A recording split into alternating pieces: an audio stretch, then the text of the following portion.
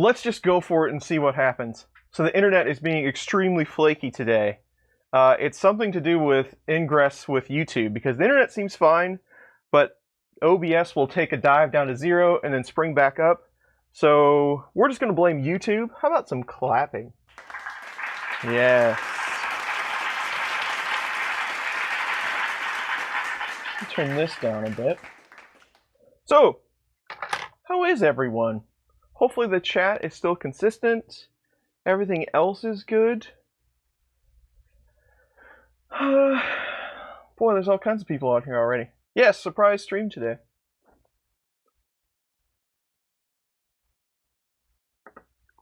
Tom 3Print Viking, what's up?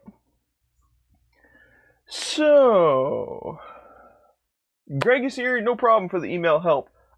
We still need to get around to that. So let me know. We can chat and figure out how to make that work. So again, I can't guarantee how well the internet is going to work, but worst case scenario, we can try to bring it back up on another URL or something. I don't know. This is the life of streaming on YouTube. James is here. What's up? 3D Printing Llama's here. My phone's going off. Okay, so Flashforge, Adventurer 3. So you've probably been seeing a lot of the Flashforge stuff going around. They've kind of sprung up their campaigns, I think. Flashforge and I have gone back and forth a couple of times about different machines over the last year or so. And in one way or another, it always ended up that I didn't receive the machine just because of maybe conflicts or whatever they required. However that boiled down. And this, so I had an exchange with Flashforge, and it ended up again where I wasn't going to receive a machine. And then somebody else from the company picked it up and said, oh no, we're already going to ship one out.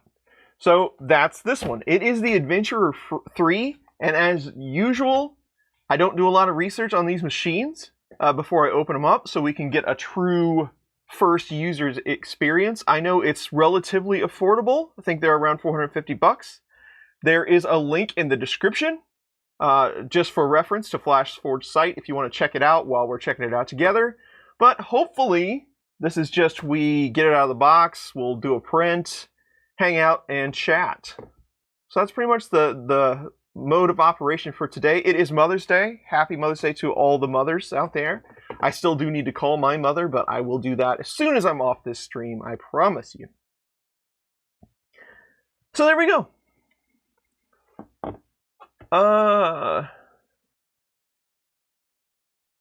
Sublime Concept has one of these. Interesting. Travis Stamper, hello. Thunder911, hello. Mr. Butchram's here. Jimmy Sanchez, what's up, man? Make this quarantine end. Jimmy, I wish I could, brother. I wish I could. Alright, this box is really tall. There probably isn't a good way for me to show you me getting it out of there. So let's just get it out and see what we got here.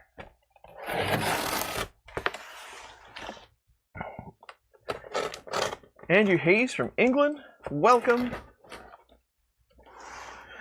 3D Printing and Painting, Jerry is here. Hey, Jerry.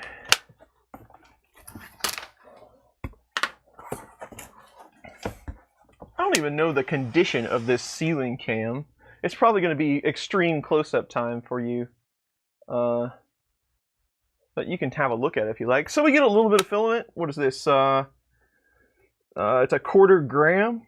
Quarter gram wouldn't be very much, so not a whole lot there. We have a screwdriver. Looks like a pokey tool. It's always good to have an extra pokey tool and some grease. We have the UK and the US plug. We do get a manual, and it's just kind of taped up and a cube inside there. I am curious, so they have a manual here. I am curious what they do for a slicer. I don't have a lot of experience with Flashforge. I do remember, you know, the kind of the old school MakerBot-ish mighty board type machines. That's been quite a while ago. I have not had my hands on one in many, many years, but that's about all I really remember out of them.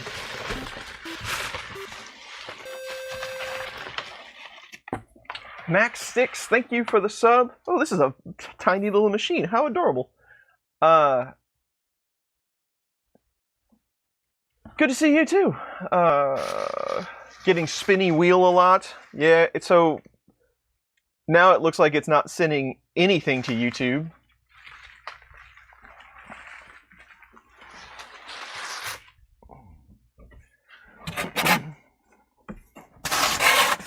Do I have a type? I created this stream.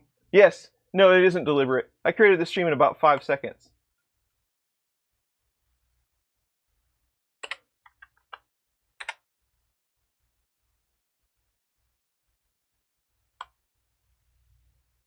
That should be better. Thank you for that. The Flashforge people would probably like it if I spelt it correctly. Yeah, so I don't know how much it's going to jump around. Sorry about the spinning wheel. Martin 3P Iceland, hello? This might be painful, because it just keeps going down to like 0K. Completely watchable. Okay, well let's just hope it pans out then. Sorry about that, everybody. Again, I don't know what it is on our side. I believe it is YouTube ingress, though. And there's not much I can do about that. I need to stop streaming on Sundays. I think that's their maintenance day. You're welcome for the tutorials.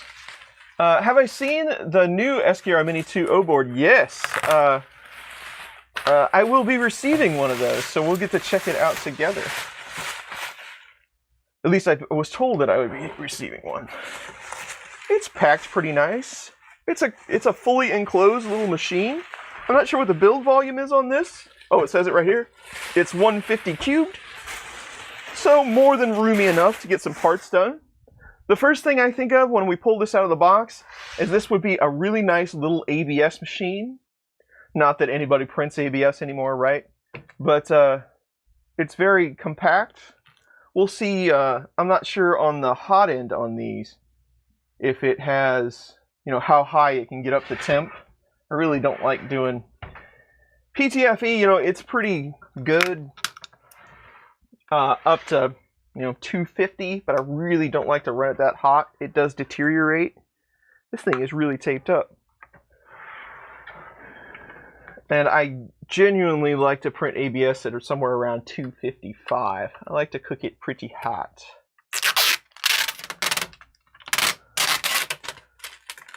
$240 is the max. 100 max on the bed. Yeah, that's probably going to be a chore then. Everyone hates on ABS. A lot of people do hate on ABS. I've spent so much time with ABS that it's just another day for me. I still use it. I still have it. It's still cheap. So why not, right?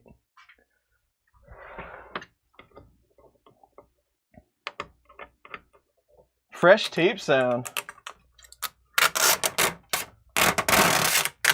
ABS is what you use it for? Okay, well maybe we can get by. There are, slight different varieties of ABS. Sorry, this is going to be loud. Hold your ears. Some of the ABS will perform a little nicer at 240. So we'll see. It does have a filament assembly back here, like where you put the filament in. I'm hoping that doesn't mean that it's proprietary. It says it has Wi-Fi and USB stick support. This is the last piece of tape, I swear. There we go.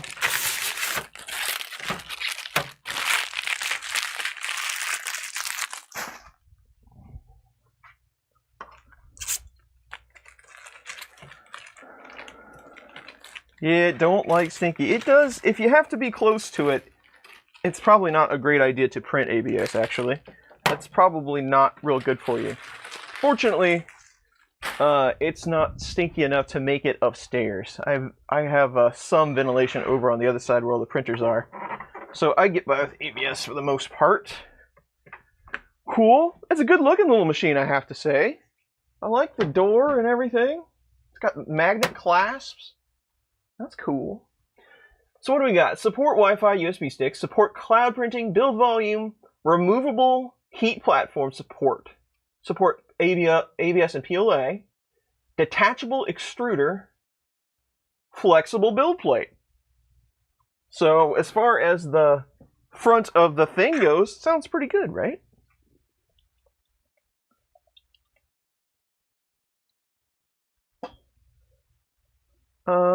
Where's this one? See if we can get you a shot of what we're going to do here. So let's see what's under. So I'm guessing we have to lift the extruder and all that good stuff to be able to get that out of there. So let's just see what the quick start guide has to say, just for fun, so I make sure I do this correctly and I don't damage anything.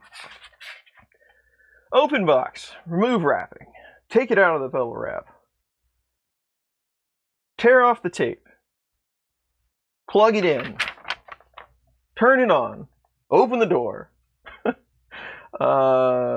tools, settings,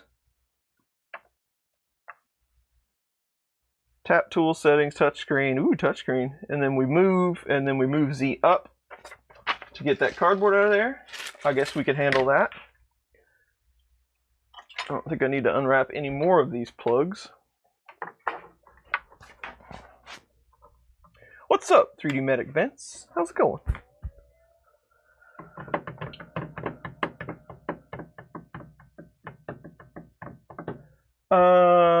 You want to see what the touchscreen looks like? Adventure 3, play a tune. Play a tune.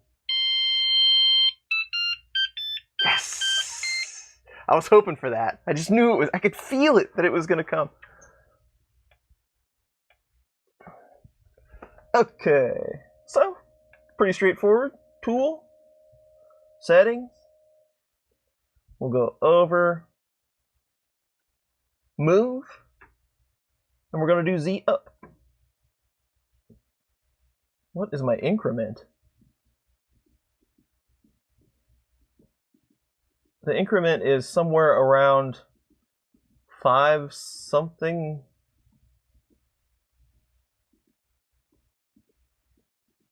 Interesting.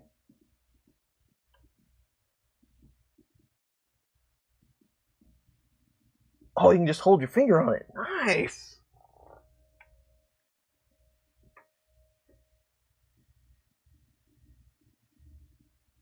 All right, I think that's far enough.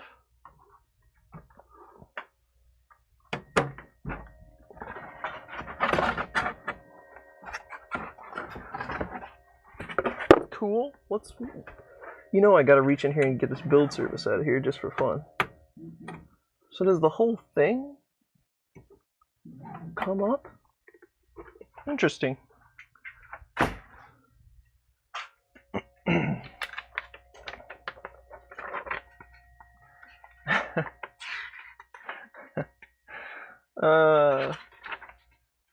What else we got here? Try to make the unboxings in first prints as interesting as possible. Language is already set to English, so that's cool. I've ran into that where I had to find the right keys in Chinese, which can be interesting sometimes. So, filament load, and then it's going to heat up. So I guess we can do that. I guess we'll go with the spool that they gave us. Filament check. Camera? Oh, no camera. Preheat. No, there's like the filament settings. Settings. Calibration. Filament check. I know it showed me a filament setting. Oh, it's on the main screen. There's a filament setting on the main screen. I didn't go back far enough. Aha! Filament load. We're heating.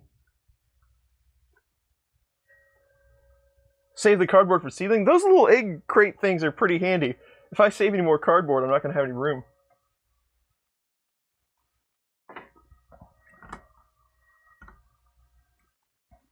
It's 150 cubed.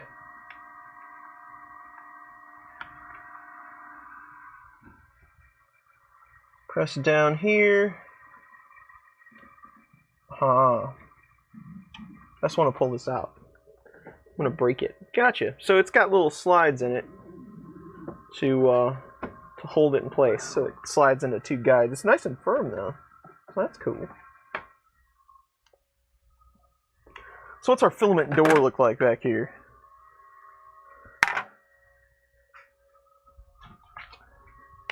It's definitely small-ish. This is probably about the biggest spool you're going to be able to get in there.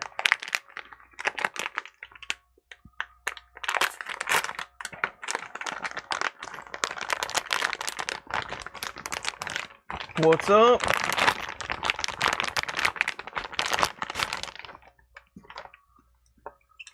Smaller than a Prusa Mini? I think they're the same size, right? Is the Prusa Mini 150? I don't remember. So it's got an adapter for the smaller spool holders. Now, are these things like chipped? I hope not.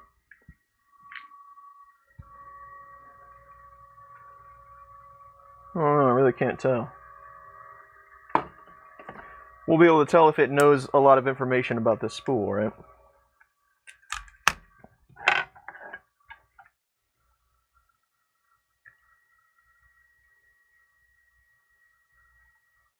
Yep, direction is still the same. Yellow tagged part. Yep. So the extruder is just kind of on the top here. And it's just a direct drive Mark 8. So it does have some sort of sensing to it because as soon as I touched it to the gear, it started pulling it in. So that's cool. Not chip. That makes me feel better.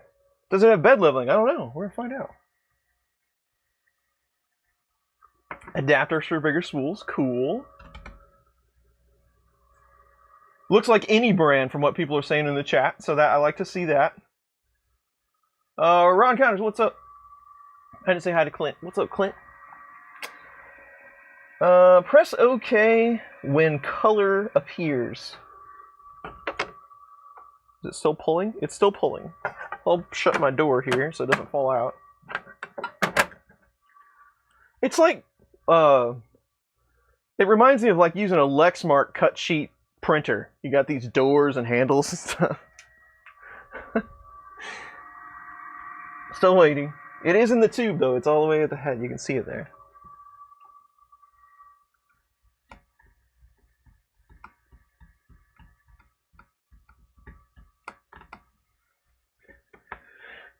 Prusa Mini is 180 cubed, okay.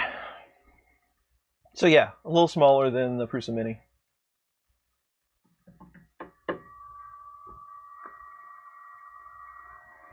Oh, I see filament, so I'm gonna hit OK.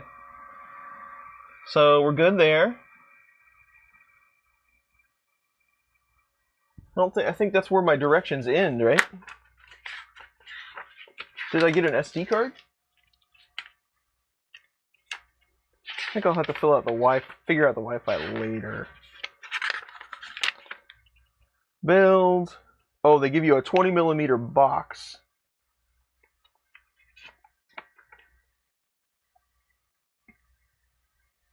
Well, what do you figure the chances I could slice a benchy for this thing, huh? 150 cubed. Let's see what kind of profiles I have.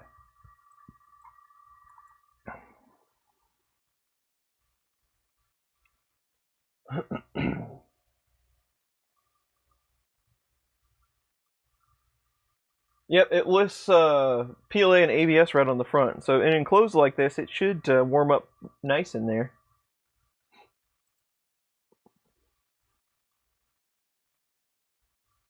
Let's see what we can do here real quick. Normal, generic.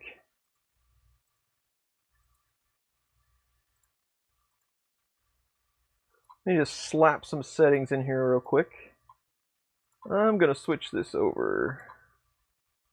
Rip wrap. I don't know about retraction on this guy. Let's not do Z lift.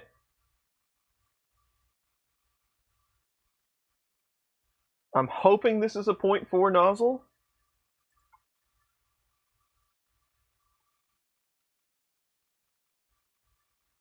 Let's just see if this is going to work. I have a really ancient USB key we could use on it here.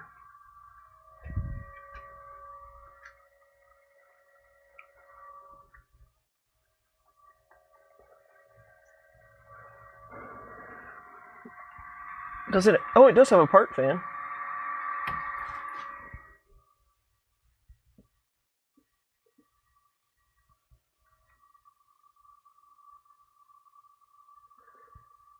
This one might be formatted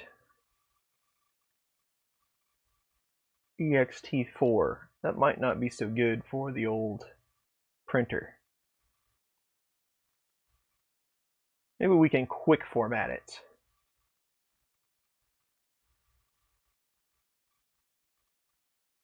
Let's format it, just to be safe.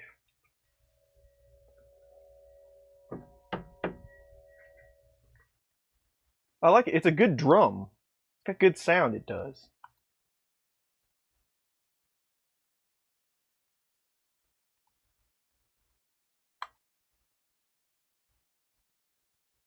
Export G-code, E drive. Alright, let's see what happens when we stick it in here.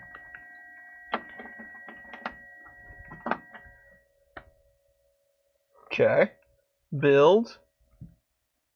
Oh, it found the key, 16 gig. There's a benchy on it.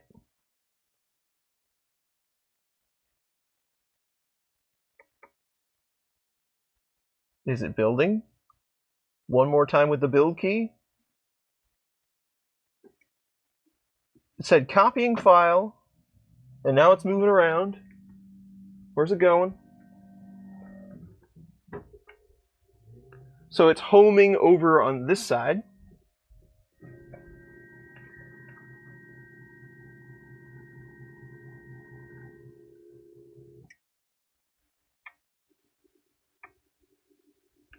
All right, let's just see what it does. I guess we could leave the door open so we could watch it a little better.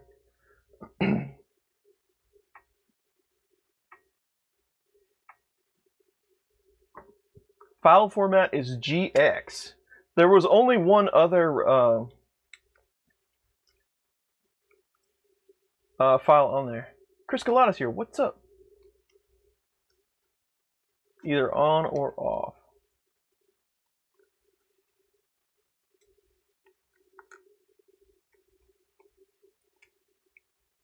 You don't have a 3D printer? You gotta get you one, man.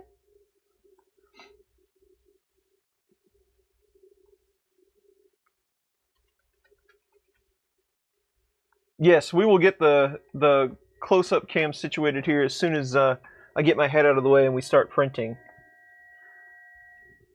Not the print head, my actual head.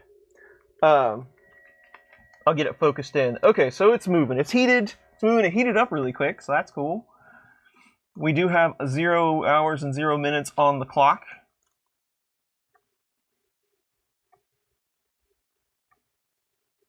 You know what? We didn't do any sort of leveling for this thing.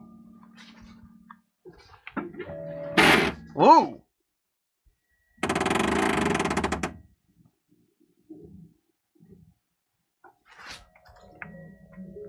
That's probably my G-code's fault, though. And I think I know exactly why. So if you get too tricky with your slicing, and you use placeholders and variables and things like that, because you assume that every printer is going to be the same way, things like this happen. Now it's playing our song again.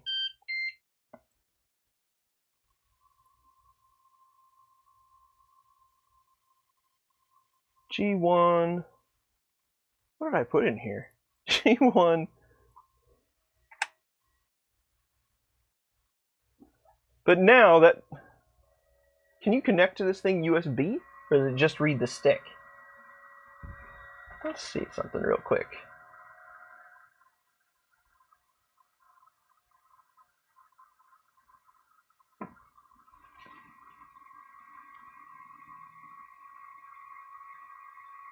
So there's a pre-calibration. So maybe we only have to set level once. Yes, it does have a Wi-Fi setting thing in there. Just smack it on the side. That's next. There is no crash detection yet. Pick it up and shake it. Almost feels like there should be fish in here or something. Okay, so it's homing Z at the top. I just hit the calibration button. I'm hoping what it does is come down and figure out what its Z offset is. It doesn't say anything in the book about this, I don't think. So maybe it's already been done for me and I just had some G-code problems, which I know I did.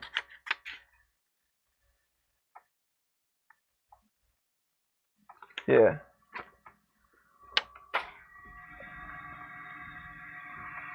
It's got like 6mm Z screws. They are force start, and it does have 2 of them.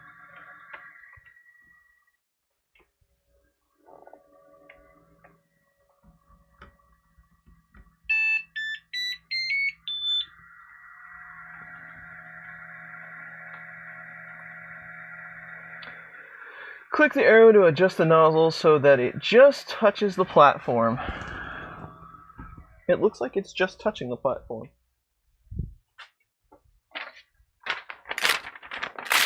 Get out my super high-tech feeler gauge.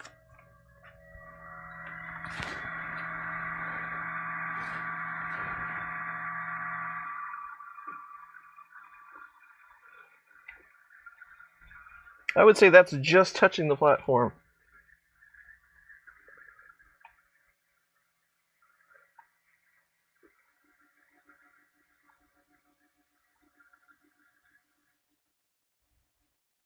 All right.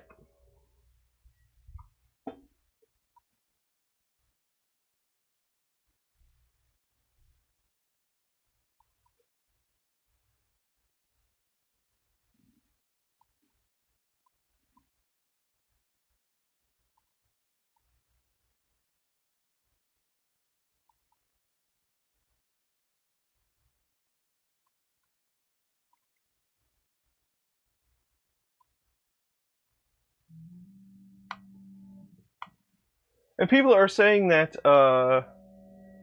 hey Sergio, Sergio, I remember now that you left me a message and I didn't get back to you because I've been really busy, but I will talk to you, I promise. Flashforge uses modified G-code. Well, I know the old school Flashforge stuff didn't even use the same kind of file, right? They used the old MakerBot stuff. I don't know about these, but in my workflow, it would be nice to know if I could just use the same old stuff and use it on my Flashforge printer, right? So let's find out.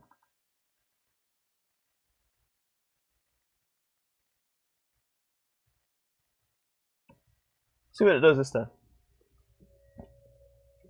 Yeah, Sailfish. Well, some of them had the actual MakerBot firmware on them.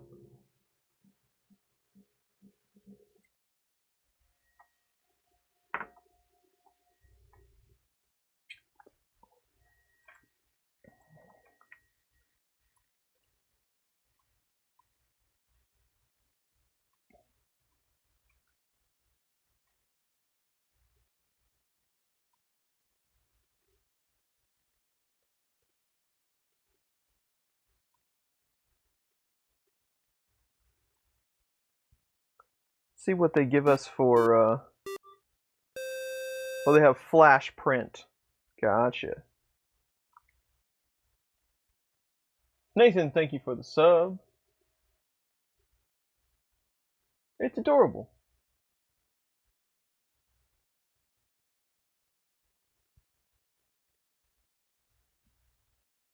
Let's see what flash print looks like while we're waiting.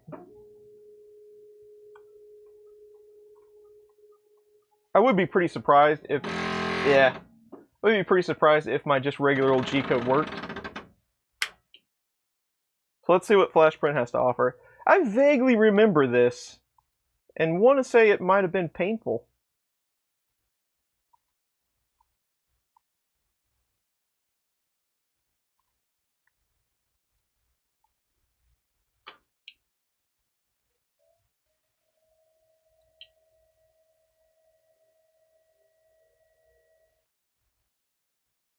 Smoothie.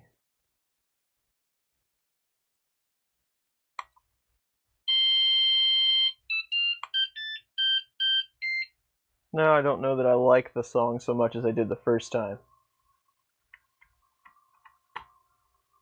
Flash print.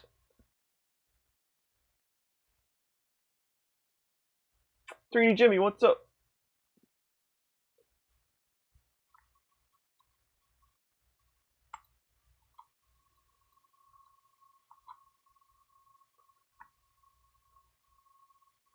No.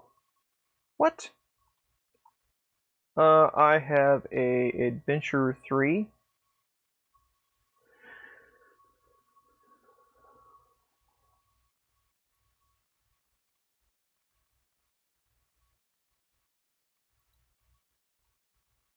Oh, okay. Polar Cloud. I have seen that before.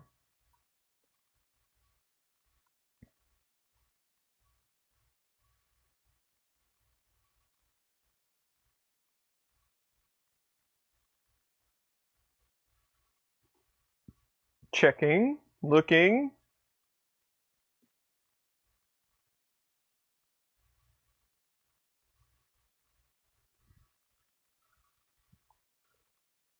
Where are my files?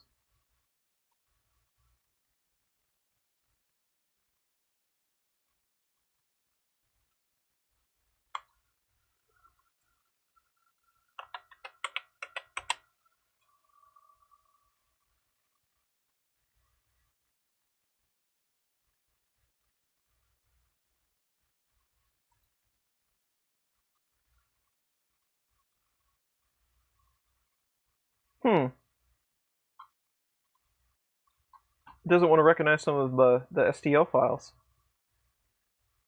Maybe it thinks they are broken.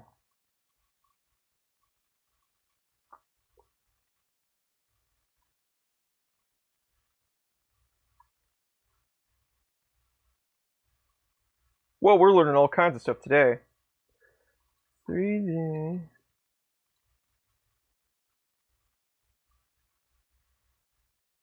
All right.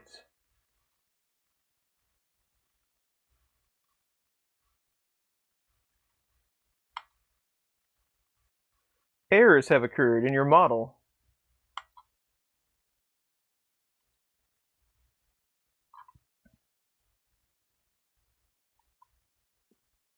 All right. Let's see. So what kind of settings do I have in old Flash print here?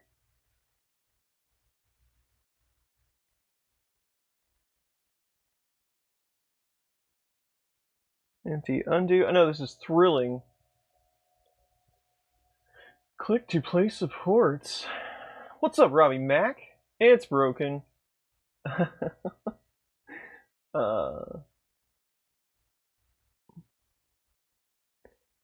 White tower supports.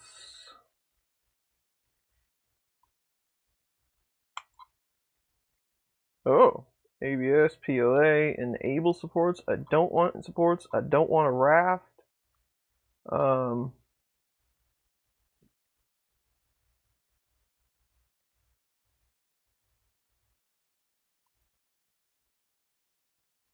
Uses a really fine layer height.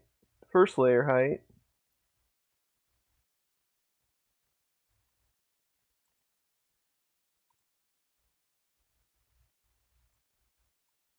Speed. Cooling fan always on. Let's do that. Okay. It's a GX file. Alrighty. Where's my... There it is. I figured the hard part was going to be getting it to recognize the flash drive.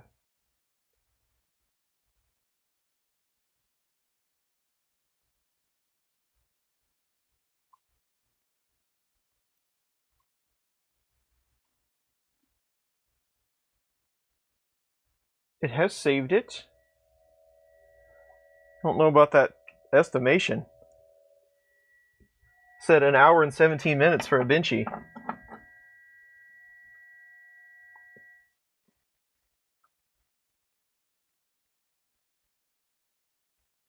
And it has a little picture of it. How adorable. You want to see it? Look, there's a little benchy in there.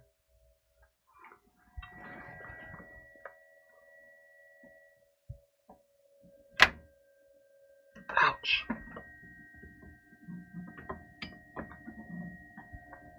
Filament stuck it. Alright, let's see if we can do it the correct way this time. So that's kind of a bummer. I have to use GX files.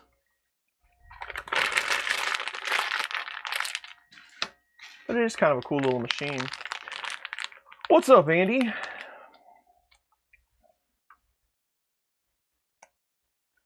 You take care as well. Get to feeling better.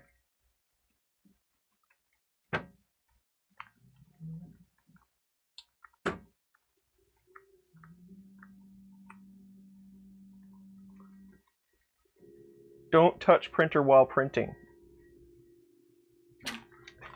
Good advice for anyone. It does heat really fast. That's pretty nice.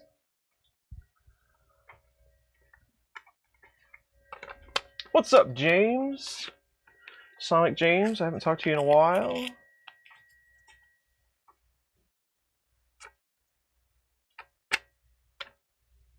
It has a little thing on it for camera, but I didn't really see where it was. I don't know, I'll have to check that out. Probably can't adjust the Wi-Fi settings while it's printing. It's probably not a good idea, I would guess. I think so. So somebody was saying on here the max is 240/100, which for me is just a bit cool for ABS, but at this build volume, it might be just fantastic. So I don't know. So I increased the squish on it with my calibration just a bit. So the first layer does look a little squishy to me, but acceptable. Acceptable. I do like it though that there's lights underneath the head and stuff. That's cool. That's cool. Let's see if I can fix you up a little bit on there.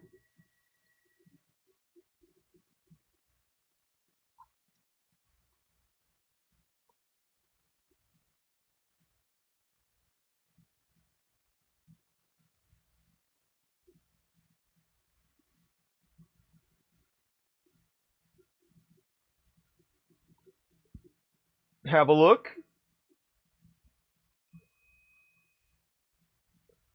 It's printing. So there we go. Yeah, it's kind of a bummer on the flash prints. But, you know, what are you going to do?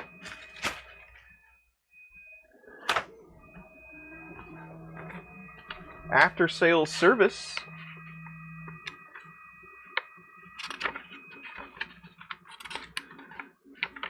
It'd kind of be nice too if there was a, you know, hey, once you load your filament, you should do this. They do tell you how to use the sample file and then how to pop the part off. Filament unloading, but that's it. No, go download this slicer or anything. Okay.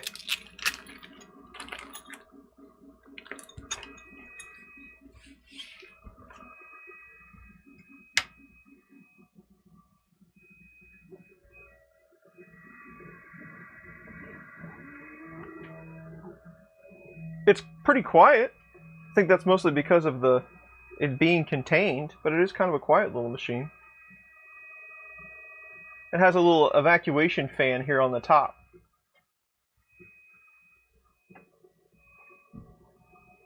I can use S3D instead of Flash, but yeah, but then I gotta use S3D.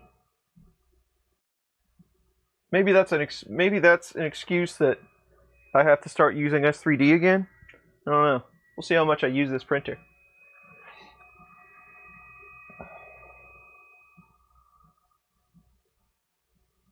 Yes, it is Mother's Day. Happy Mother's Day to everybody's mother. Be sure to call them today. Tell them Happy Mother's Day. I will call mine as soon as I'm off this stream.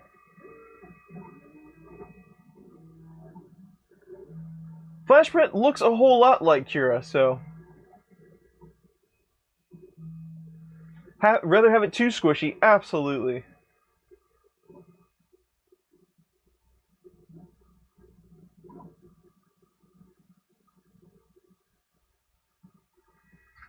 Hopefully the internet panned out and the stream is okay. I told... So, you know, we're all family here. But Flashforge... some companies that you deal with, if they send you a printer, it has an Ethernet jack on it. Some companies that send you a printer, they want it done in a timely fashion, and you know, reviews or whatever. You know, you agree to things to get free printers. Well, I don't do that. I am more than happy to try out a company's 3D printer. That's not a problem. But no money can change hands, right? That wouldn't be fair. And you're not allowed to see any of my content before the rest of the world sees it. And I'm not saying that that was the condition for Flashforge, but that seems to happen quite often. So, but Flashforge did ask me if I would be able to get to it at the beginning of May. And I said, yeah, I think I probably have enough time slots that I can get it to the beginning of May, if that's what you want. And so I'm kind of getting to the middle of May now, but we'll call, what is it, the 11th? Or the 10th? It's the 10th. So we'll call the 10th kind of like the beginning of May. So I got to it in a relatively good amount of time.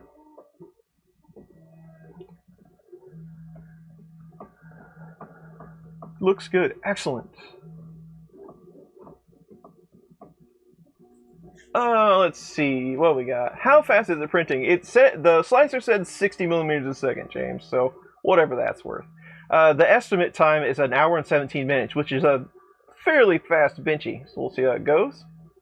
Is Walter okay? Walter is fine. I'll give you my Walter sighting update. I talked to him Thursday morning, Friday morning, sometime last week. We talked for a while. He says he's been doing a whole lot of yard work. Got all kinds of stuff done, but he's doing okay, so he's in good shape. Got an SKR-13 finally running after all the issues from bad first board. Printing now, and the direct drive on the Ender 3. Just need to figure out more settings in Prusa Slicer. Yes, there's a very wide range of Prusa Slicer settings. But I'm glad you got it working. Sometimes the SK-bar boards can be a little tricky.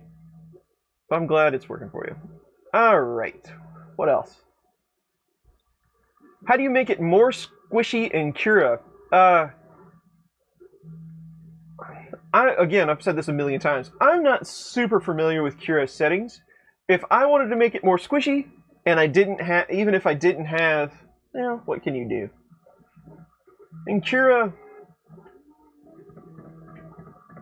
I don't know. I would rather, even if you could figure it out in the slicer, like by changing an offset or something like that, I wouldn't. I think I would figure it out physically, even if it was at the hardware using the firmware, like baby stepping or something like that, because I set a lot of settings in Slicer and I try to divide them up via printer, but it gets kind of carried away sometimes. So when I'm adding a new machine, I get things confused. So I'd still try to correct that at the hardware level. How's the tool changer? Tool changer is really good. I got it printing pretty nice for the 4 Titans. I was able to run some flexible, some PETG and PLAs on a couple of prints, like all in the same print, so that's cool. I've done some very large multicolored prints just out of some PLA, just for fun. Printed Solid is carrying Filamentum, and that's one of my favorite filaments, so I wanted to try out my Filamentum. And if Martin's still in here, they're calling that Iceland Blue, by the way, so I think you should go get the kickback on that. But the prints are looking pretty good. They come out great. I did print a giant snail on the tool changer out of those same colors. I didn't use enough top layers, so my so his shell got kind of messed up. It didn't have enough layers of infill to put that down on. I should have added like 2 or 3 more, but it was a pretty long print anyway. But it came out nice. I thought the Iceland blue, where you could see the filament, the infill, it was only running at 5%. I thought it made a nice looking snail. So the tool changer is doing good. I'm pretty impressed with it. I've got a couple of other extruders and tool jigs for it that will fit it that I want to mount next to try some extruders out. And that's going to be one of the handiest things about the tool changer is I can just build it in a tool, put it on there, and call it good. So more to come on that for sure. How are we doing down here? Stringy.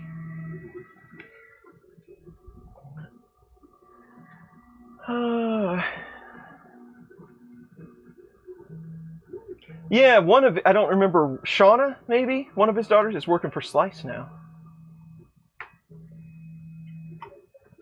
Does it display speed when you print? No, just time. What's up, Gary? Scroll back a little bit. Hot tool changer. You know the farm mode to start. I don't know anything about farm mode yet. I did load that latest firmware on my Mini, but I'm not sure. I don't know anything about it yet. First third of May. Let's call that good.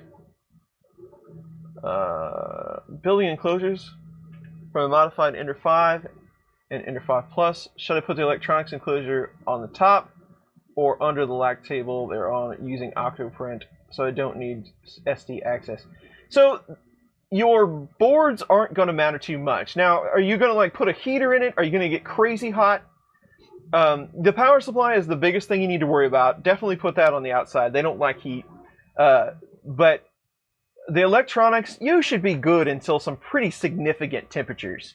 You know, I don't think, if you have a passive enclosure, 40°C is going to be a pretty hot number. And even at that number, I think your electronics should be just fine. Maybe their life expectancy might drop a bit, but for the most part, I think you're going to be okay. So it doesn't really matter. I wouldn't necessarily put it on the top, because that's where the heat's going to collect. Maybe put it down low, but the boards should be okay. All right, what's next?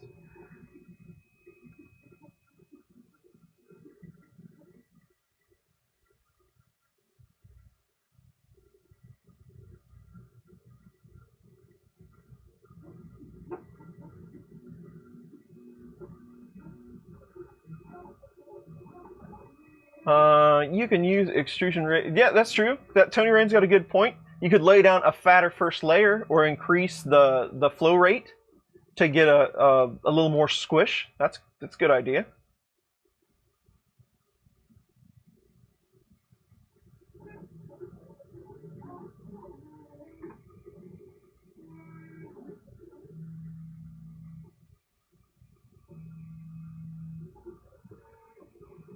All caps for 50 years.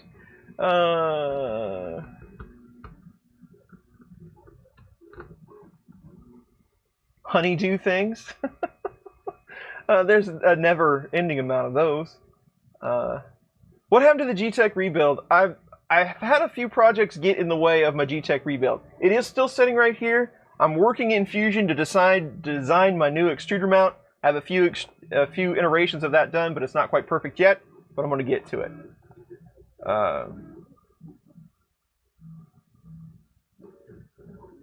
Firmware or printer? What did I say when he said?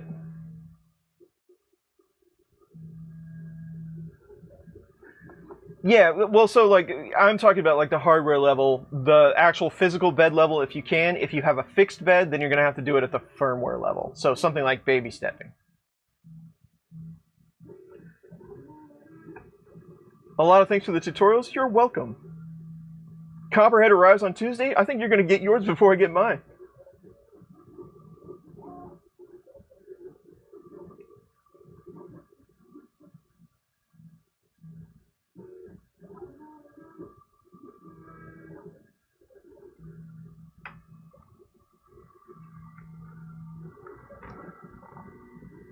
MGN Core XY printer? Not yet. That's one that I have not done any research on.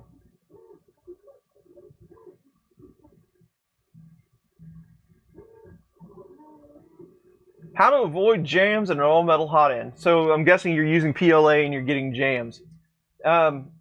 It depends a lot on the hot end. Having all metal, sometimes that will... PLA likes to stick to metal, but if you have the right setup with the right fans and you're not getting any heat creep, thermal paste, some compound in between the cool part of the threads on the barrel and the heatsink can help. That helps it transfer a little bit quicker out to the heatsink so you can cool it off, so you're not going to get that jam, because the jam is usually caused by heat stepping up into the filament that's not ready to actually be extruded yet, so it melts it and then it makes it wider and causes that jam. So that's probably the most common thing you're going to see with an all-metal hot end in PLA. Lenny, I'm doing good. Hope you are doing well.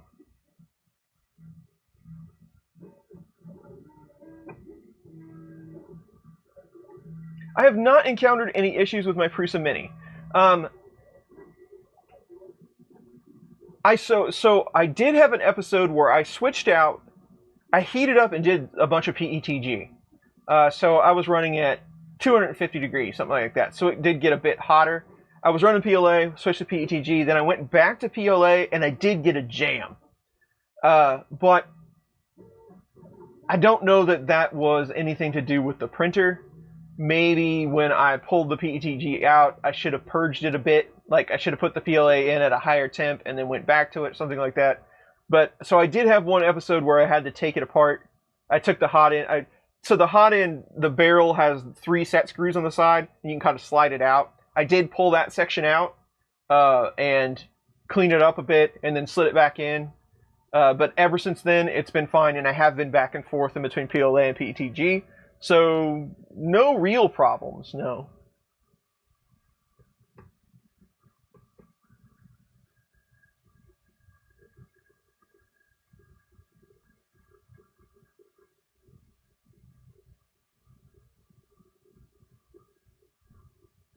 So, 24-volt fans.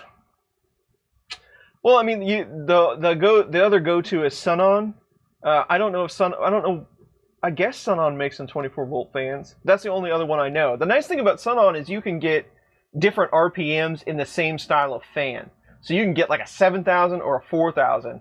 And of course your noise is going to vary from there. DigiKey sells a lot of them. Might check there, but that's about all I know. Yeah, Magnus is saying Sunon fans.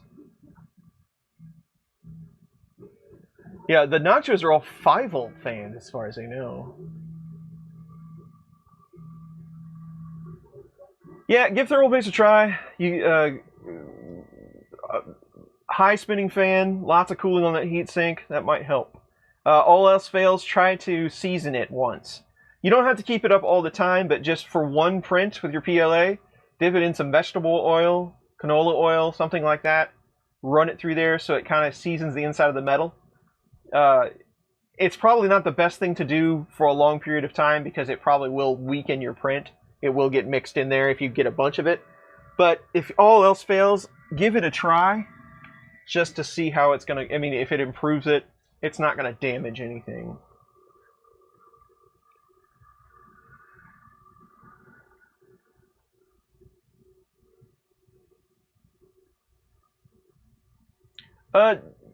Dave carries quite a few of the Sunon fans. I don't know if he has 24-volt though. But I thought they were only like less than $10. 5-volt and 12-volt.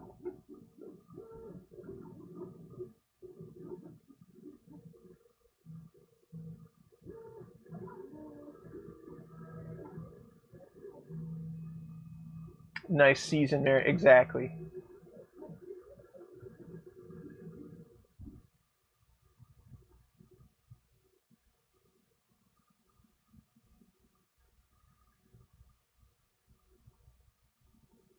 After the filament runout is triggered,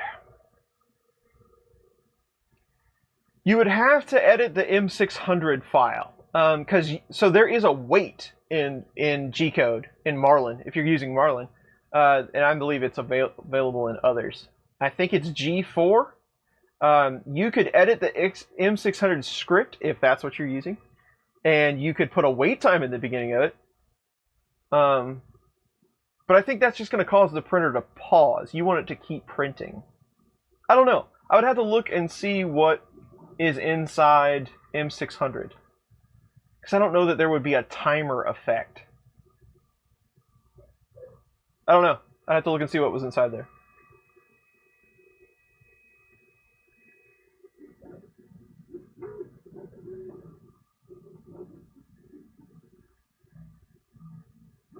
Geek Garage, you are very welcome. I'm glad you're getting good prints.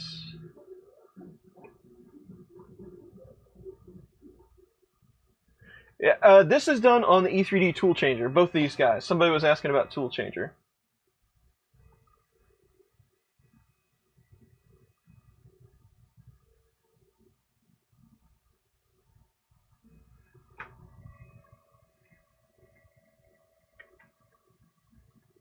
Is wait in milliseconds. Yeah, that's what I was... that's not going to help any. That was just the first thing that came to mind.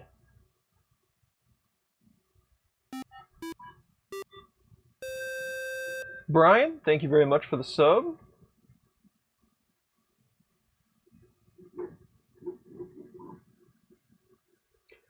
Yeah, what kind of firmware does Flashforge use? So, a GX file. Is it still like Sailfish?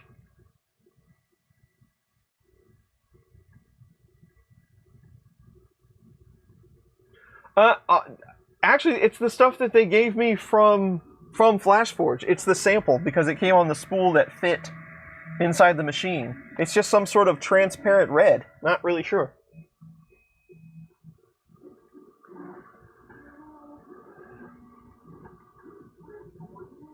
You want some close-up on the snail?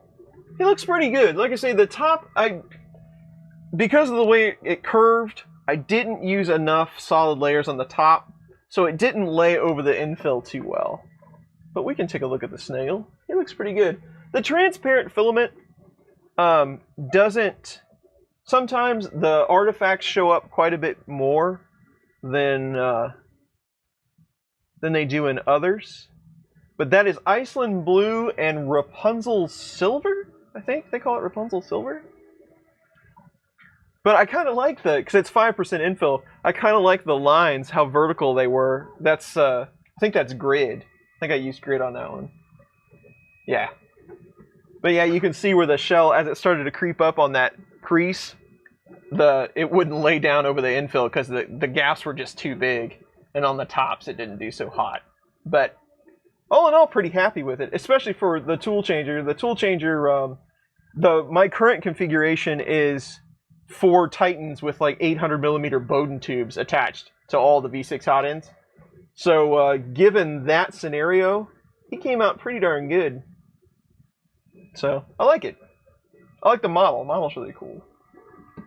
Louise has a caterpillar she's been working on. That's, every other rung is a different color. She hasn't released it yet as far as I know, but she's been doing those on her tool changer, and I definitely want to give that a try. That's quite the test on the old tool changer, so I want to see how that turns out. That'll be kind of neat.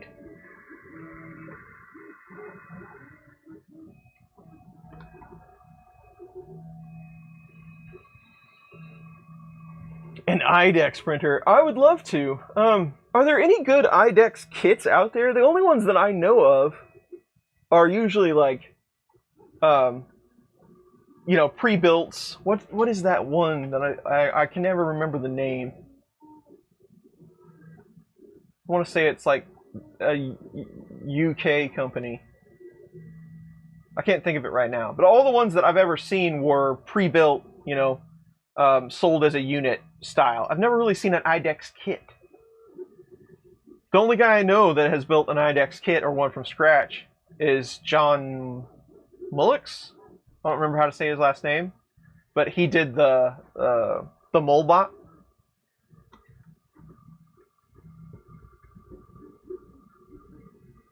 Lenny, which print?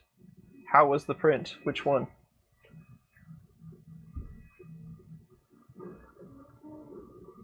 Flashforge, something flashy. That's right.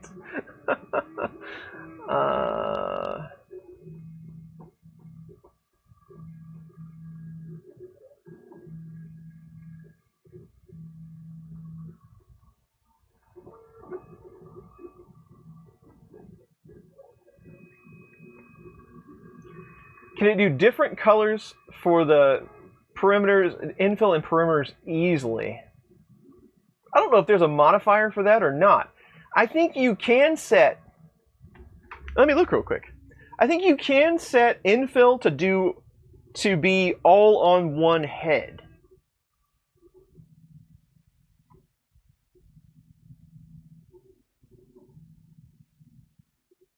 You can. So you can pick, so on multi-extruders, but I don't know if that multi-extruder's same nozzle.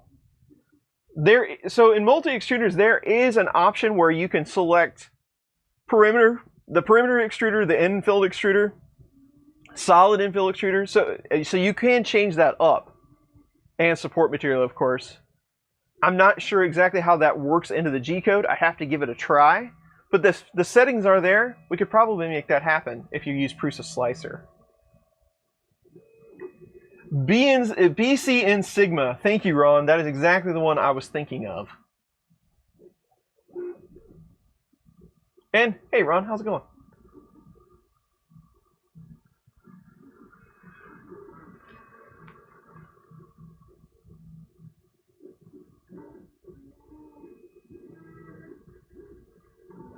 I think the Prusa Mini is, my experience with it so far, I think it's just fine for printing functional parts. It is a Bowden-style printer, but the tube's, tube's kind of insignificant in that style. I wouldn't say it would be the go-to to print the most spectacular PLA prints that you've ever seen. But I think for PETG, functional parts, rapid iteration type printing, you can set it on the desk. It's nice and quiet. For the price, I don't think you're going to be able to beat it, really. Not straight out of the box without modify. Plus you get, all the slicing for it, the profiles, you don't have to mess with any of that. So I think it's worth the money. The only problem with the Prusa Mini right now is they're hard to get. So as they become more available, I think definitely they're worth it. How long was the print for the snail? So the tool changer, the tool changer prints pretty quickly, but you have all of the transition time. So this one, you wouldn't think there would be so many transitions, but you really only have about, 20 layers before it starts transitioning color. So, and then almost all the way to the end, it's still transitioning in between those heads. So you can adjust the tool changer. There's a million different things. You kind of have to hand calibrate in between G-code and duet settings and a whole bunch of things to get it to work how you want. So the way I have it set up is I cool the nozzle down a bit. I run PLA cold anyway, but I cool the nozzle down just a bit while it's idle so that, one, it doesn't really burn up the filament, but two, I don't want it to sit there and ooze the whole time. But I also pull the retraction way up when it parks it so that it doesn't ooze all over the place. So the sequence is, the tool comes out, it heats, it cleans the tool on the brush, which takes a couple of seconds.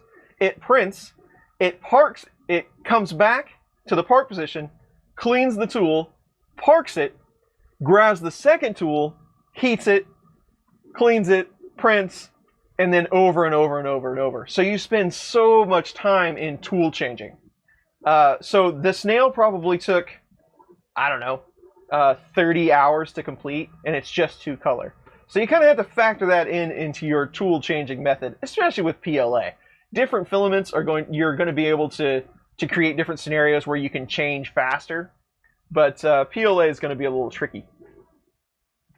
But if you went to direct drive extruders, then you could probably decrease the time quite a bit. You could probably print a lot faster too.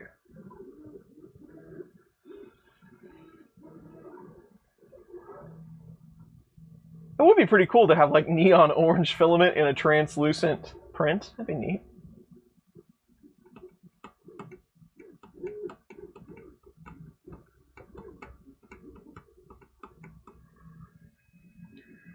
Many people say that the Prusa Mini has Z banding. I'm guessing you're talking about the Mini. Not that I have noticed.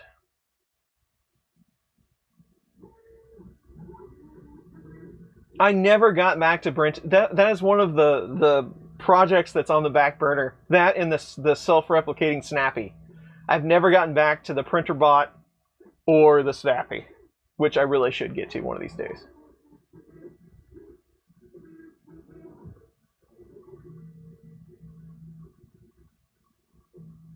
No, that's one thing about the tool changer. If you set it up correctly, there's no purge block involved. You do get a few little scraps while you're cleaning, because I've got a silicone brush.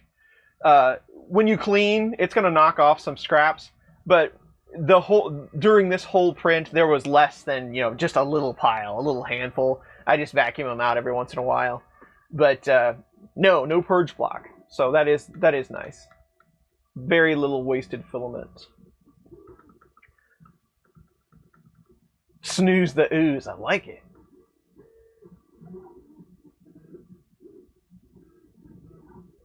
Took about 18 hours. Right on. It is slow. The tool changing is a little bit of a slow process.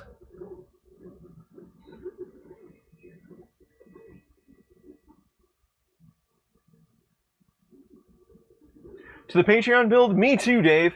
I have just a very few parts that still need to show up. I got to get with Exoslide and see where we're at with those as well, because I told him, hey, so Dave Kennedy, I don't know if he's here in the chat today, but he milled an aluminum bed for me. Where is it? I was going to show you if I can find it. It was relatively heavy, so I put it someplace else. Oh, that's the other bed. I don't know what I did with it. If I remember, I'll show it to you. But so I sent the aluminum plate over to Dave. Dave milled it out for me because the ExoQ build has a step file in it so that you can mill out some pockets for magnets so you can use a sheet. So Dave did that work for me, and it was awesome. Thank you, Dave. I appreciate that. It looks really good. But in that back and forth, I was asking the Exoslide people, hey, I can't find the step file, where is it at? But in that conversation, they said, hey, we changed up Exoslides. And I remember he told me this a long time ago. I have like version 1, and they went to another version that's a little sturdier. So he wants the old ones back, and he's going to send me a new set. But they haven't arrived yet. So I'm still waiting on that and a few other little pieces, and then we should be ready to build.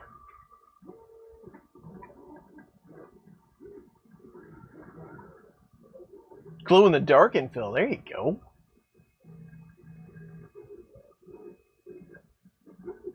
Nice.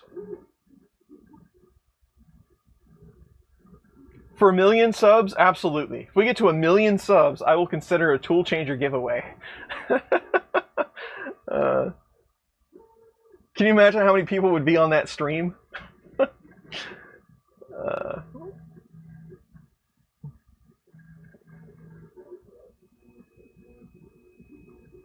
Felix, what's up, man?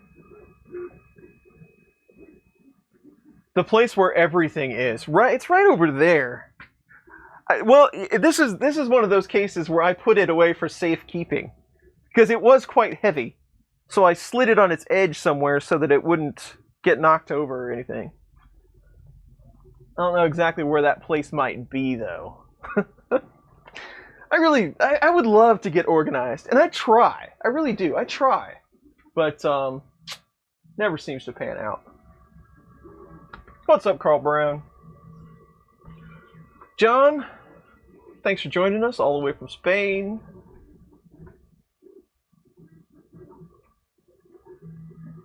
Yeah, I think Exoslides is kind of a one-man operation.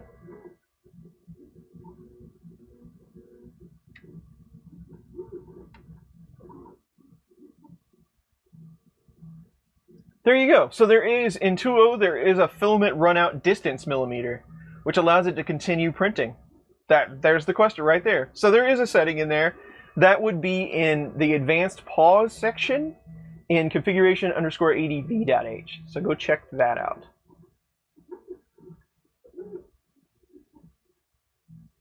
Have I tried polypropylene?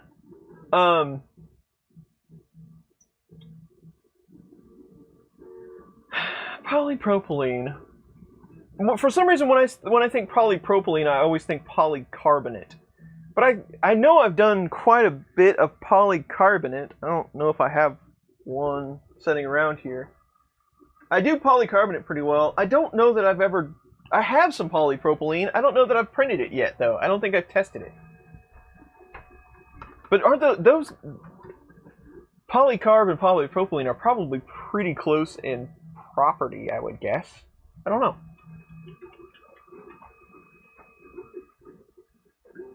I'm not the filament scientist. I have friends for that. I ask them questions.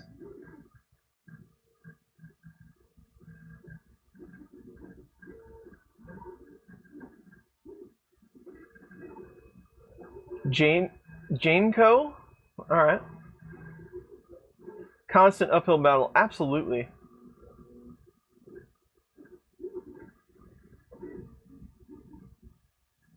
You look in one more place when you find it, just to prove that it's not the last place you look. That's awesome, Robbie Mac.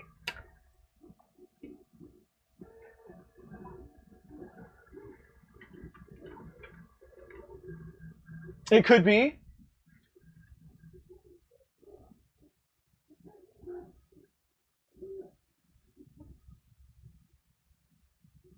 Down there, that is that down there is acrylic for an enclosure. But that's a good guess, though. I would have done something like that. It's like Chris's Basement Seek and Find. You ever play that What's Wrong with This Picture? And you try to match it up? This is the 420. Well, I can't even get it out of there. It's too big. But there is one of those plates there, but that's the bigger bed that I never built.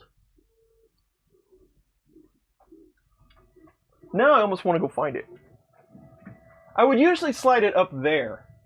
That's kind of my on-file stuff.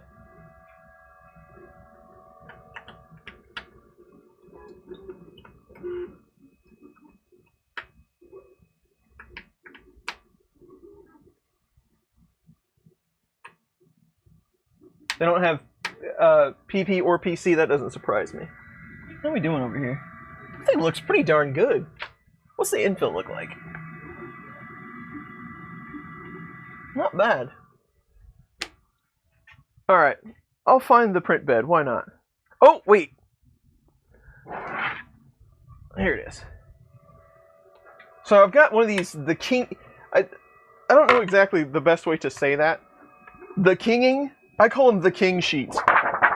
They're a little thinner than the Prusa sheets. But they do have 300s. And this is kind of a... This one's actually about 305. But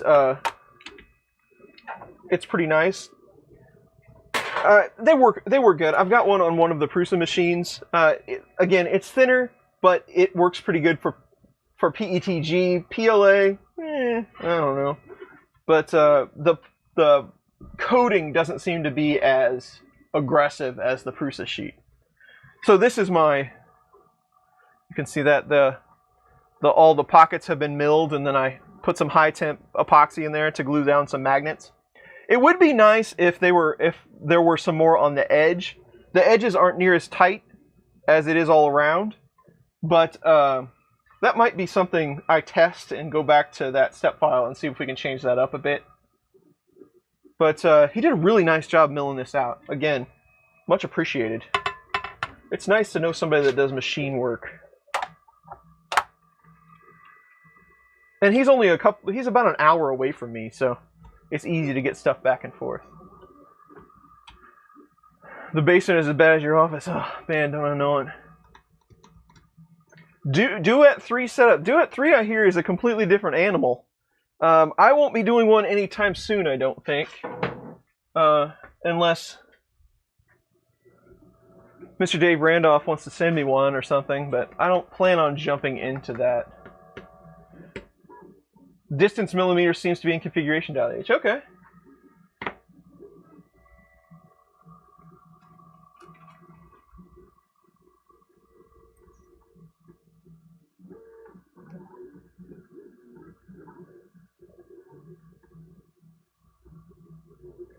Yeah, what do I do with scraps? Well, I was sending off my scraps for recycle. Now they're stacking up in boxes. I do save them. I don't throw anything away.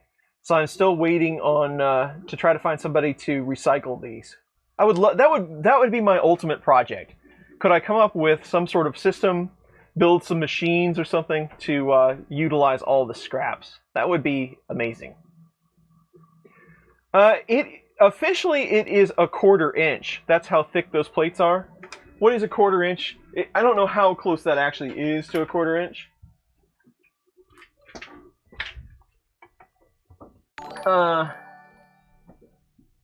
Don't forget to call our text mom, guys. It's roughly 8.5 millimeters or so. Jimmy, you're too kind to me, man. I will definitely call I will talk to Mother today. I promise. I will. Jimmy from NASA is an amazing individual. Thank you very much for that, Jimmy.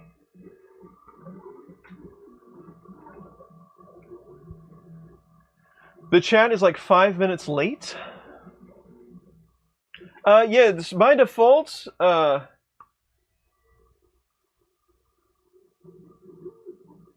I try stacking TPU ear projectors for mask? I have not.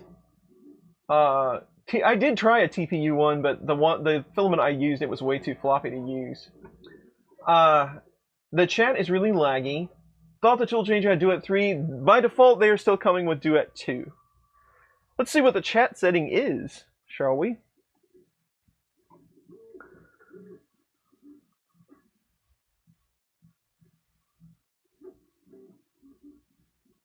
It's set to low latency, which is what we usually have. There have been some YouTube delays. So, it could be that. So, yeah, who knows what's going on. Probably on your end. Okay, that's cool. Always appreciate the updates, though, in case something, because I don't know what's going on. You do.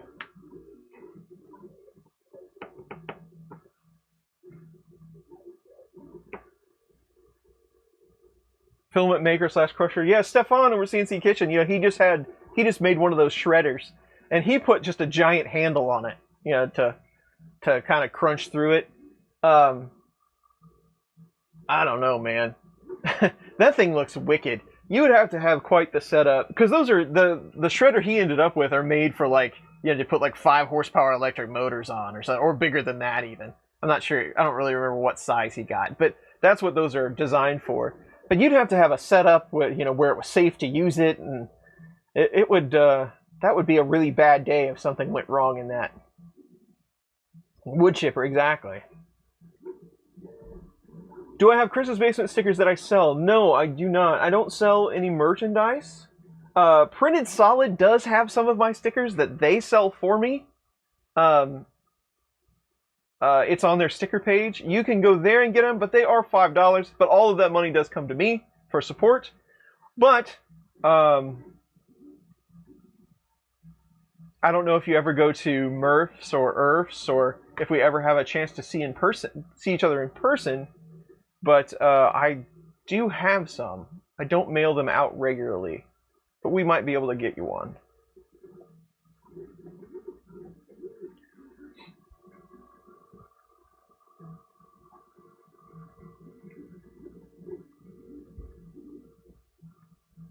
I don't know, the Benchy looks pretty good. It's transparent, so you can see infill in there, but it looks pretty nice. You want to have an update shot here?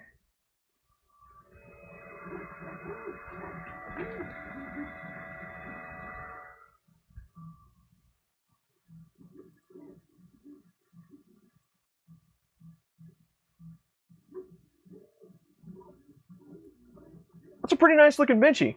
I'm not mad about that at all. It is just a little bit stringy. I'm not sure what the settings are in Flash Print for this machine. This looks to be pretty low temp PLA. I'm just basing that on experience. I've seen this color and this this type of filament quite a few times. They were probably all made in the same factory, but it is a little lower temp, I'm going to say. But all in all, pretty nice. Still want to buy a Chris's Basement mug. You know, I tried to turn that over to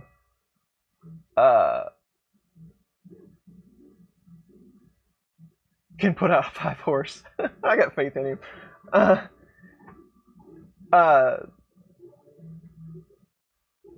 Ponytail replica. Robbie Mac.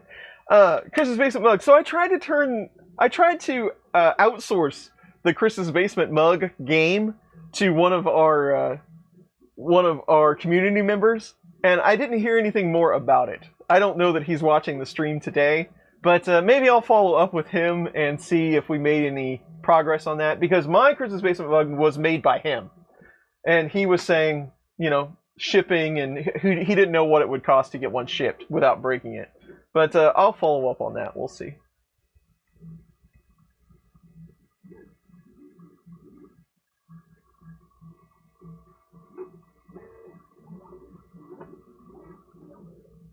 They have a Japan market only with a carbon fiber build plate? Nice. That's fancy right there. So yeah, print's looking real good. Time is it anyway? 3:03. No fun playtime today. So that's the new... Bennett, hello, how are you? 3D Maker Kid. So that is the kind of the continuation, the offshoot stream from Fun in the Country Basement. And if you don't know Fun in the Country Basement, we used to do Walter from Country 3D, Glenn from Fun King 3D, and I used to do a weekly Sunday stream at 4 o'clock Eastern called Fun in the Country Basement, where we just talked about whatever, sometimes 3D printing stuff for a couple of hours.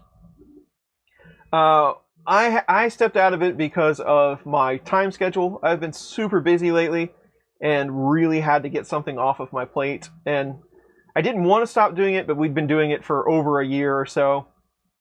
And I just needed some time back.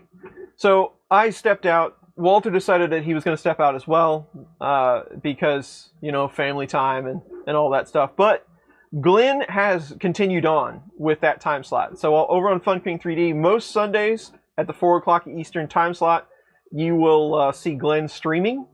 And it's with James from over at Print and Play most of the time. I think they call it Fun Playtime, that's what he said.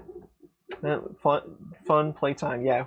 I don't know if they're going to change that up or not. But there is still a stream around at that time frame if you want to take a look. Bennett says they're not doing it today. I have not checked, but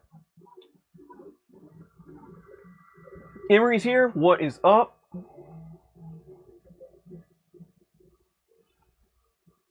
But yeah, so this was kind of an impromptu stream. I was actually working on a video before I started this stream, and I realized that I didn't have the correct part to finish the video. But I should have those parts hopefully by Wednesday, because that is next Wednesday's video.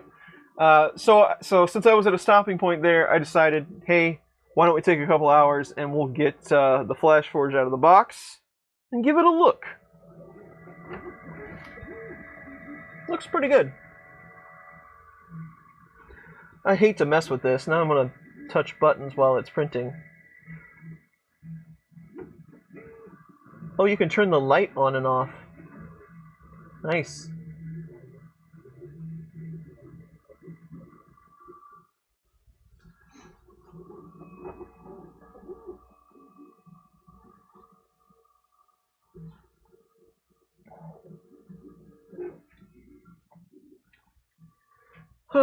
What else we got?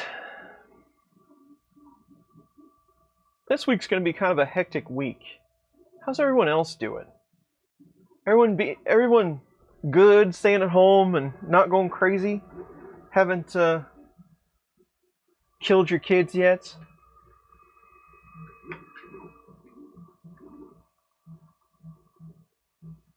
No worries. There's a couple people that have been asking about that BLV MGN cube.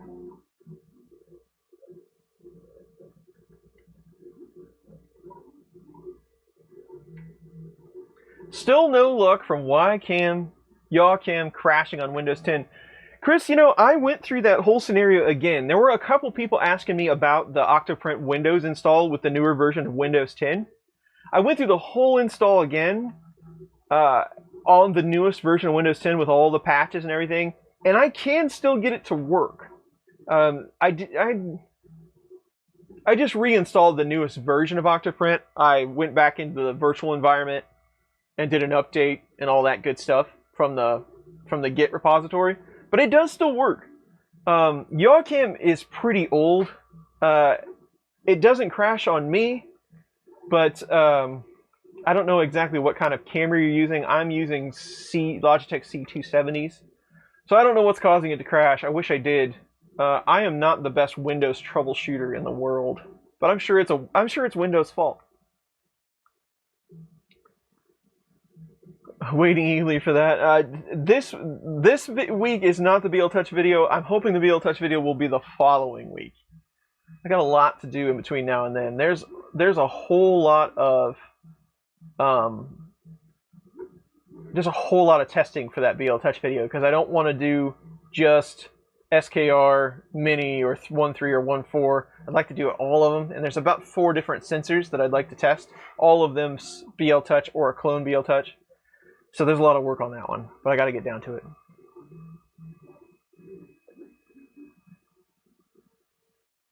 Thinking about getting an SKR E3. Right on. You found beer helps. Excellent.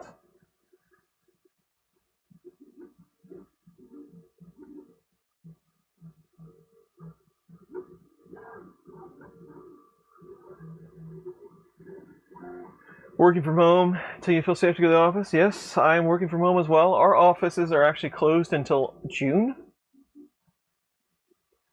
What's the alternative to Octoprint? Well, there's a handful of things. There's something called Astroprint. I believe that is paid for. There's Repetier, Host, and Server. The free version, I think you can use one printer, no cameras, I think.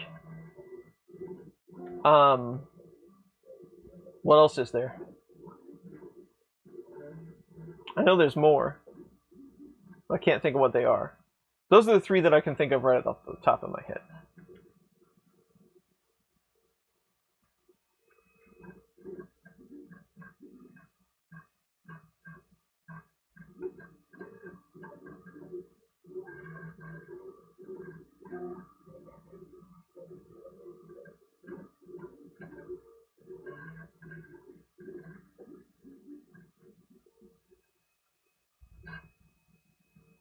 Try to put a build text sheet on one side and a PEI on the other. I wouldn't think there would be anything you have to do before you do that. That should work just fine, I would think.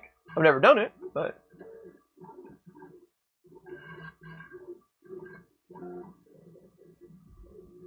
Yeah, Microsoft LifeCam 5000. I'm kind of wondering if that's like a driver crash or something that's causing Yawcam to kick that off.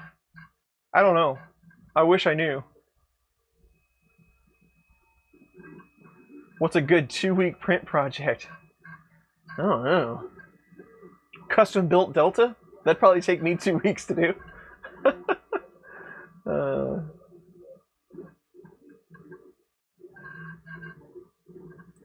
All of your agency locations are closed till August? Wow. There you go, the Duet boards. Duet is probably one of the best interfaces like Octoprint. They have their own... what do they call it? DWC. That's good. ESP32. I don't remember what they call that project. ESP. I don't remember. But there's an interface out there. I could find you the link if you'd like. There's an interface you can load it on an ESP8266 module and use that like Octoprint. The only problem with that is it's pretty slow to transfer the files. You can now use ESP3D, is what they call it.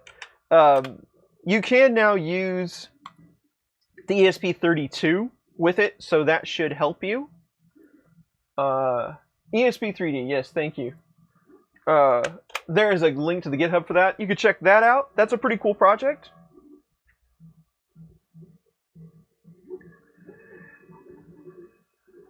What's up, Robert Reynolds?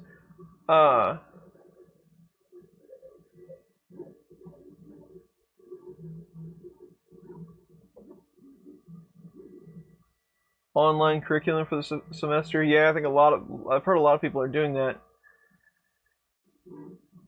Retraction setting for this Bowden extruder, I don't know on this one. It's kind of all magic inside that Flash software. I'm not sure what they used. You can definitely hear it retracting, but it doesn't sound like it's a super long amount. How's the SKGO going? SKGO is going pretty good.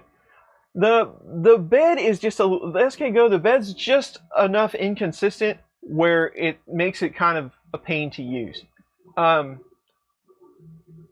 It's got 3 points with 3 screws. I would much rather see it on standoffs, and then we use some sort of bed level to compensate. And I think that's going to be one of the next things that I do. I think I'm going to add that. Again, the one that I received was pretty early on in the process. I think I'm going to make that a fixed amount bed and then add some leveling. After that's done, I think it'll be super solid. It prints really, really well. Just the motion and everything of it, the prints come out really nice. But the bed is just a little bit fiddly for my taste. So I'm gonna rework a little bit on that. Ernest might have, he's the SKGO guy. He might have already remedied that on some of the newer versions. I'm not sure. But yeah, I need to work that out just a bit. They're cool though. I mean, there's not saying anything bad about it. But 2 weeks print an MPCNC? That's not a bad idea.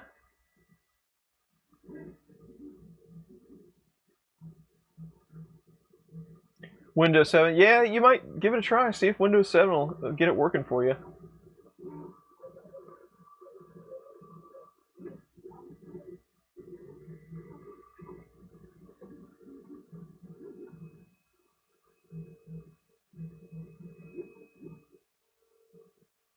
Installed Mini E3. If I unplug the AC and move to another location, the first print acts like the end stops don't work. I run the bed level and it's fine. This has happened 3 times. Okay, hold on. So you unplug it and you move it to another location. First print acts like the end stops don't work.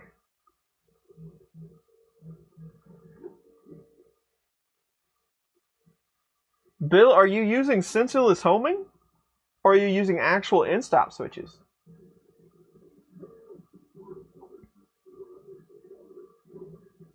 Are you able to load Octoprint on an Android-based tablet? I don't know. Octoprint only takes a handful of things to work, and the main one being nowadays Python 3 something. I think they use 3.5. Do they even have a... Because, I mean, they run like... I mean, it's Android-based, so if you could get into it deep enough, Linux is going to have all that stuff in there, even in the Android software. I'm just not sure how easy it would be to get all the libraries you might need. I don't think there's really any prereqs to run it that I can think of other than Python. And that's all included in the base files. I think it could be done. I'm not familiar enough with hacking Android devices or Android software to get it done. I'd have to look at the code. Not the code, but the core install files. So I'm not sure on that one, but it might be a cool project.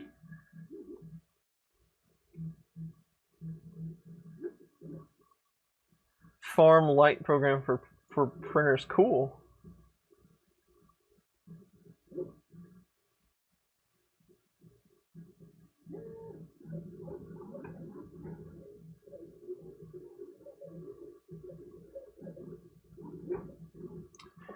How can I tell what board my printer is running? 32-bit. So the best way that you can figure that out is to get the numbers off the chip. There's only about a handful of chips that we currently see on 3D printers. There's exceptions, but go check out the chip. If it says Atmel on it, probably more than likely it's going to be a mega of some, or not a mega, an 8-bit chip of some kind. I think that's true for all Atmel chips. I don't know, but most likely it's going to be like a 128 or a 256, something like that. But you're gonna have to try to get the numbers off the chip to figure that out.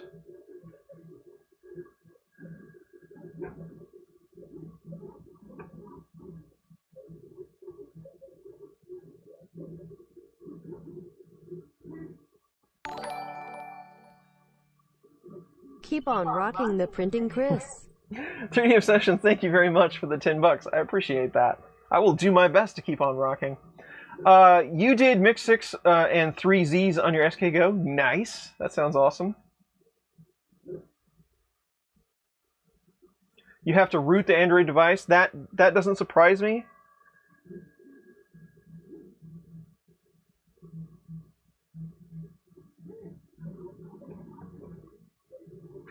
Ultrasonic bed leveling sensors. No. No. I've never heard any information on that.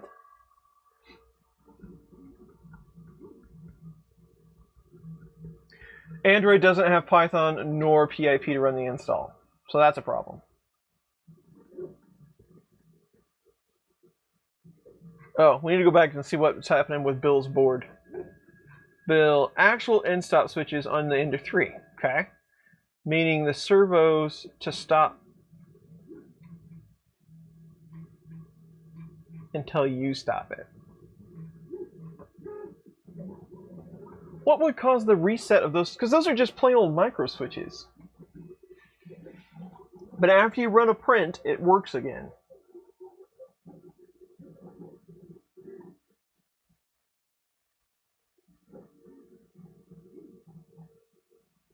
I can't think of why that would do that.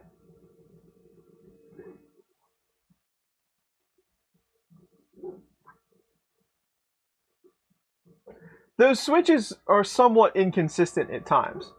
I'm guessing you are using signal and ground, and so you're pulling them low instead of pulling them high. Is that true?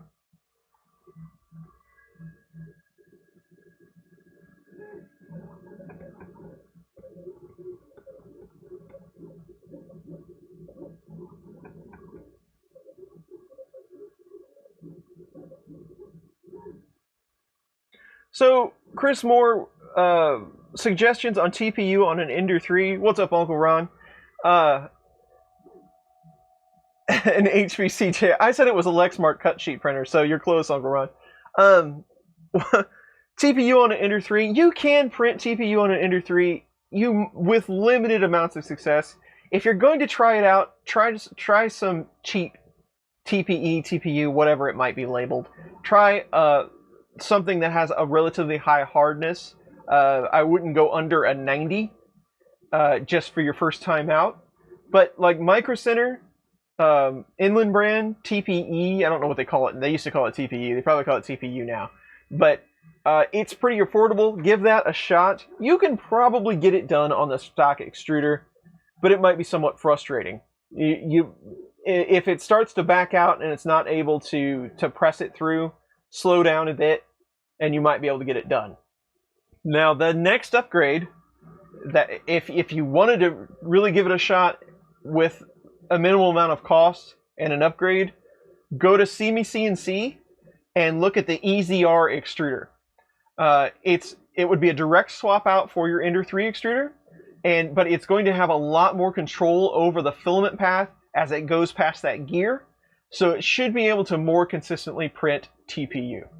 So those are the two suggestions I have if you would like to try TPU on your Ender 3. Nappin's here. He's so shocked by a benchy.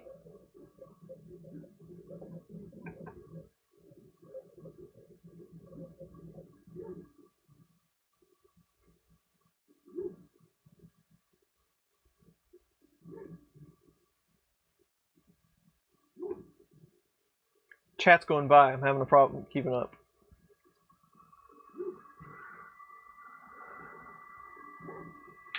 So you go. Bennett is printing 30 millimeters a second. He's printing 95A on his CR10. So it can be done.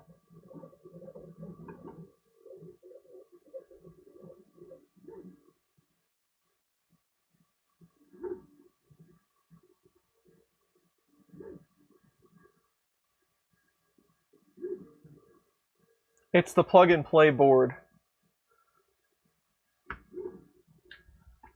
I look at way too many boards, so I get confused on which one's which, right? Which one is that? That's a 3. Where? If I can reach it. Let me refresh my memory.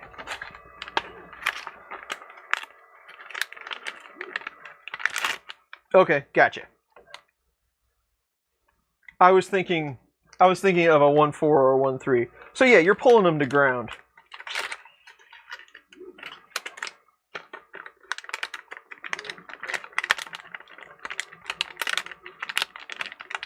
The only thing I can think of is you're getting some noise. So those switches can be somewhat tricky. And that's why, you know, we end up using pull-up, pull-down resistors. We're trying to get that switch to be more consistent because they can get into a floating state real easy. So they'll flip-flop, and it can't. If you don't try to, if you can't pull it down or lift it up, you might get a false positive. So cycling the AC and then turning it back on and they don't work. The only thing I can figure is they're in a floating state at that point. So here's what I would do. Unplug it, plug it back in, plug it into the terminal for USB, and run an M119. Try to make all the switches untriggered, and make sure they all say open. Then try to trigger them, like put a piece of tape on it, or just slide your x-axis over and make it trigger, just make it set there triggered, and run M119 a couple of times. Do that with it open as well. Run it, 10 times in a row, to see if it actually does a flip-flop. If it triggers for a second, or open for a second. And then do the same thing with it triggered to see what it's doing. It almost sounds like cycling it makes like there's some noise on the ground, or something in between the ground and that pin that's causing it to float. That's the only thing I can think of. Maybe the ground isn't quite solid enough. I don't know. That's a really weird problem. I have seen the switches float before, but I've never seen it happen like, okay, after the print, everything's fine. So I'm not sure on that one. That's a really weird one, Bill. Hey, Gary's here. Anycubic Delta with Bontech, TPU. Paul.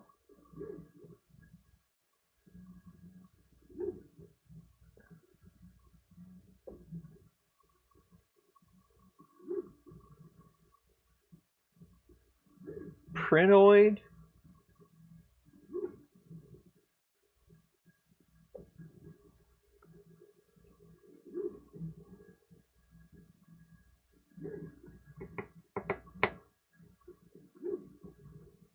Martin has a video suggestion. Zormer, hey, what's up?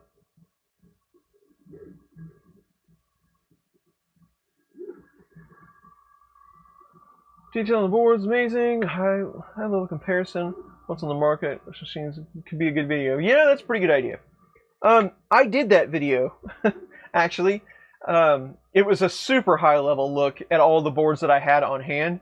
But I do a monthly Patreon video, and a lot of that content, the shorter stuff, the high level overviews, goes to the Patreon people. I don't know why. That's just what I decide to show all those folks.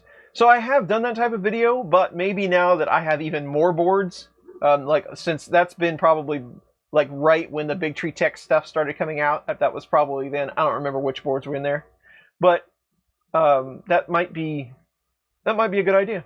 I'll see what I can come up with. AC Ripple. Yeah, see, that's what I'm kind of thinking. There's some sort of congestion in there. I don't know what's going on. Thank you, Craig. I'm just a guy in a basement.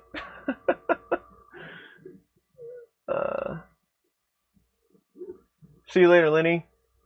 Paul, happy Mother's Day. Hello from New Zealand, folks. Hello.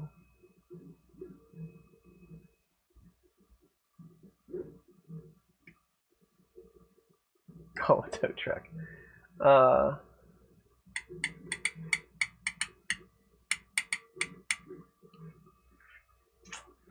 What can I do to run a Big Tree Tech dual LCD classic touch? Which serial ports do I have to use if at the same time Octoprint should have access to the board of Big Tree Tech 1.4? Okay, so I've had a really hard time getting Octoprint, serial connections, the touchscreen, and UART drivers to work all at the same time on those boards. In fact, with the touchscreen enabled, I don't know that I've ever been able to do it. Normally, if I'm going with the UART drivers and I want to be able to connect up serial, I'll set the first one to -1. The second one, leave that commented out because I'm pretty sure that Big Tree Tech does not support dual serial. But you're in bit bashing mode at that point, right? When you start adding other things, you're running all on the same bus, so you're fighting for contention through there. Everybody's getting in line. I don't know that there is a scenario where you can consistently get that to work with everything on it. I could be wrong. Maybe there's a trick to it, but I haven't had a lot of luck getting all of it to work together.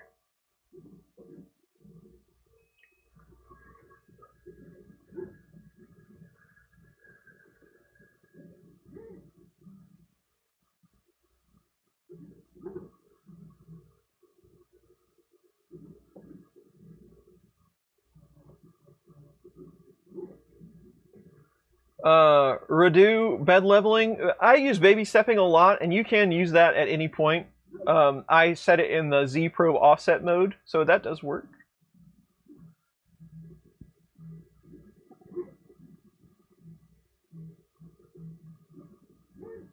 The basement CEO, that's right.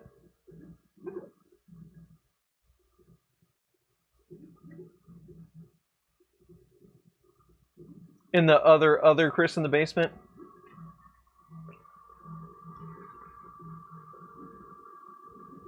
Could be sticky micro switches, yeah.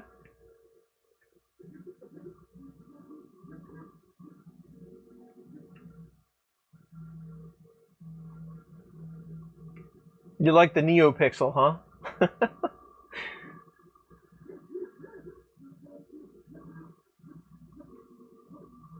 See you later, John Strand.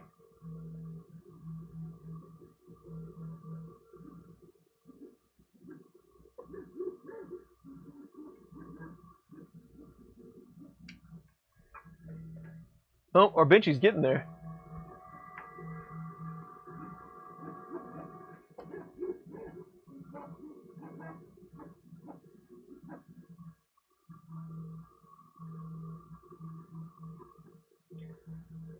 Gonna do a flex drive on that printer. I will be interested to see how that turns out. There's a handful of options for that now, I guess. More than a handful now, I guess. There has always been a handful.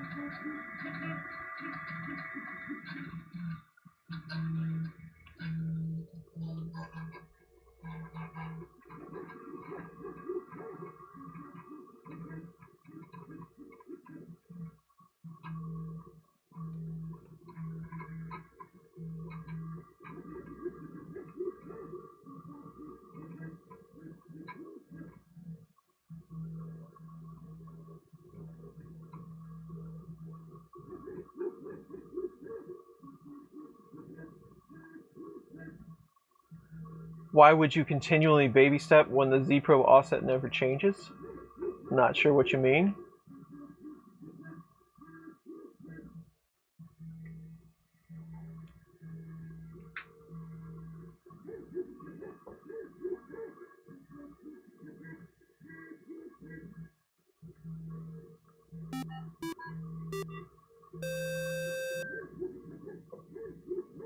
Damian, thank you very much for the sub. That's appreciated. Tony Ryan got it to work in Notepad++. Laser program modified for Gerbil to Marlin. Nice.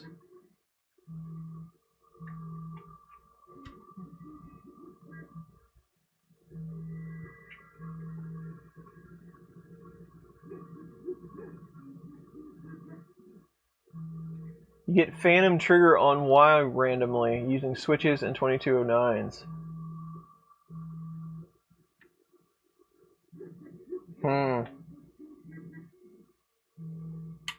How do you know that it triggers? If it's Y, how do you know that it's triggering? Does it stop the print or?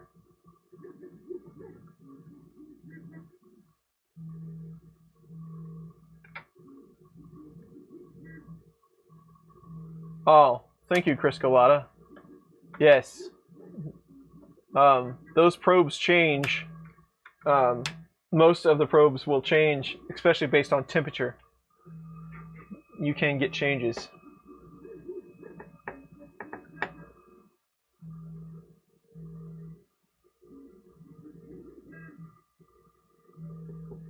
Yeah, I'm not exactly sure what size nozzle is. I'm guessing it's a 0.4.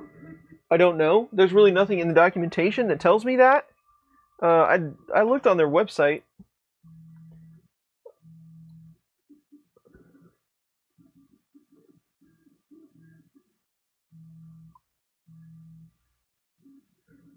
Yes, it is a 0.4 nozzle. I'm not sure because we did it with this Flash firmware, the Flash slicer. What was it called again?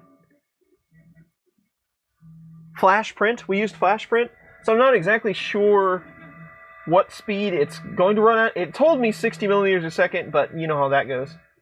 I don't know if this slicer has auto cool or anything like that, but its estimation time was like 1 hour and 17 minutes, which is pretty quick for a lot of benchies.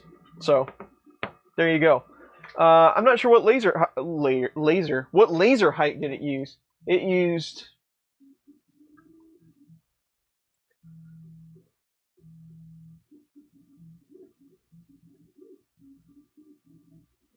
control panel?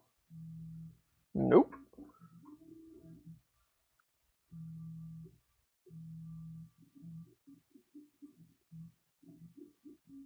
Slice parameters. It's using a 0.18 layer height. So, and it says 60 and a travel speed of 80. 10% infill. 2 parameters. Is the wind mouth any good? I don't know. It seems to be doing a fair job, but I don't know what kind of... There's a little breezy in there. It might be enough.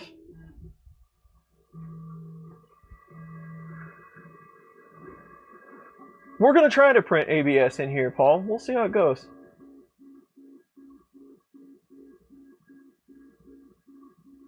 KC, thank you very much. I'm glad the videos helped.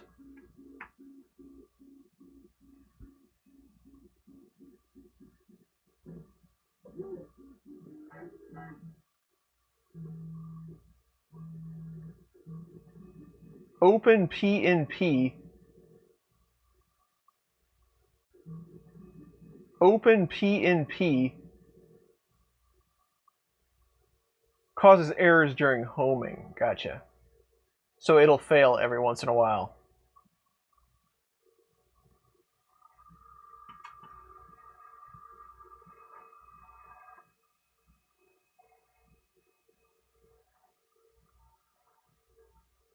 Keep doing subs? Yeah.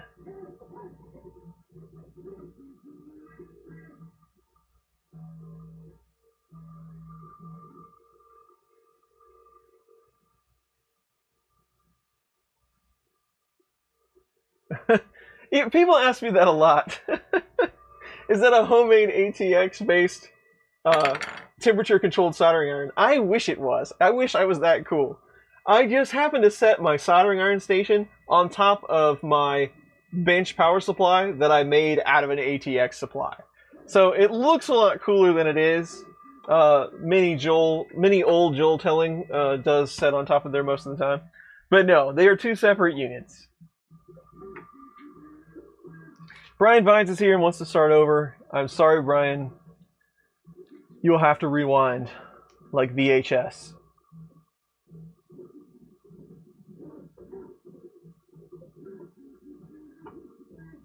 Hey, Stig. It's not bad. It's got a little bit of a... I'm going to say it's an X rattle. Maybe a pinch. Something might be a little loose in there that I hear every once in a great while. but the noise is minimal. I think the fan noise is a lot more than the actual machine noise. I kind of like it, honestly. So far, it's a pretty nice little unit. The print looks really good too, so we'll see. Be kind, rewind. Remember when they used to charge you for that? Chris Lane is here. What's up, Chris?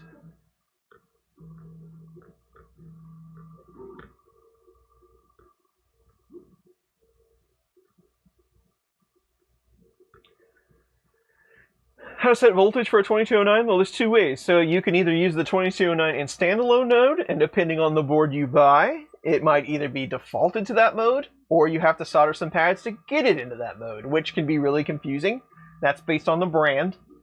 Or if you're running in UART mode, you can set that in Marlin, you can set that with the M906 command, I believe, or you can directly set that setting in the firmware before you flash it.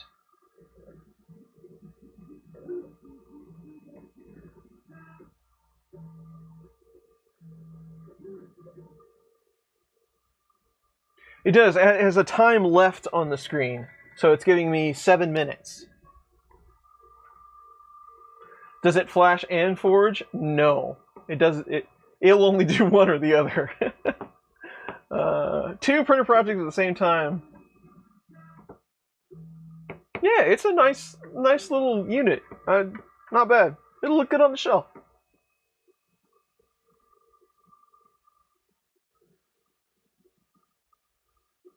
That would be really TS100. That would be really cool to have one of the really small ones. That would be really useful on a lot of projects. It is in UART. So yeah, M906. Check that out. Type in M906. I think you have to have. I don't remember if you have to have that in debug mode or like you have to have motor stat info turned on. I don't remember. Try M906. That should report the voltages. And then you can adjust them from there. Seed, thank you very much. I will do my best.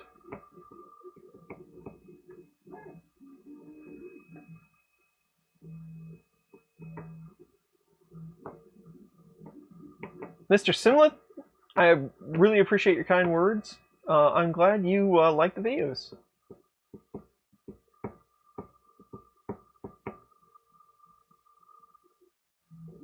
People don't like it because I tap on things. Can't help it.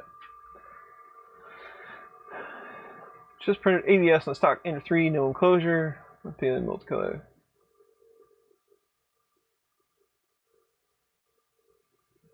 Yeah, ABS is one of those tricky things. Sometimes, depending on the part, sometimes ABS works just fine.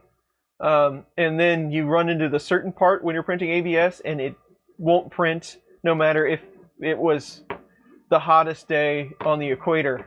It's just, ABS can be just a little bit infuriating. Yeah, it just depends on the part. Yeah, Nap, and I'll have to check that out. That sounds like something I really need. Ron, have a good rest of your Sunday, man. I'll catch you soon. Tell Mom Happy Mother's Day.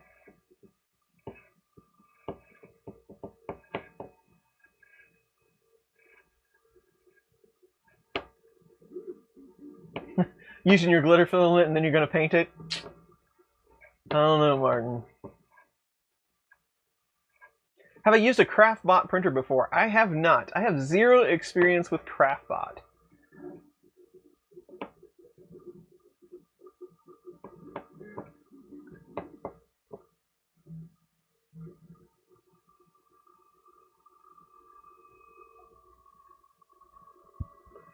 Victor, all the way from Colombia. Hello.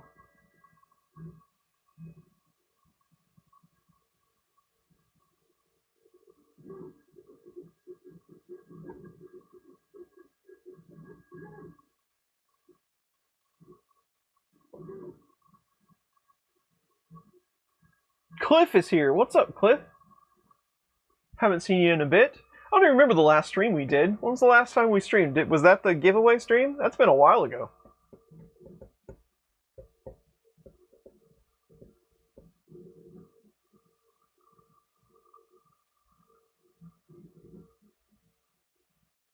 Nice. You can flash firmware and adjust settings and stuff. That's awesome. That's a great idea. I've never seen one quite like that.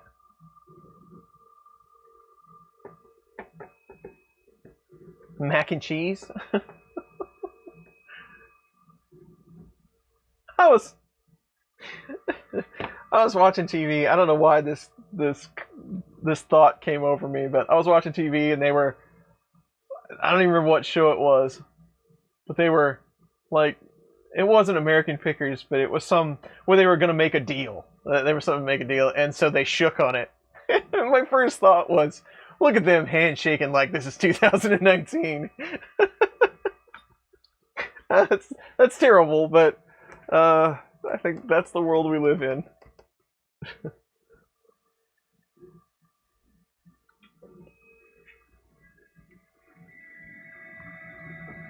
Getting close.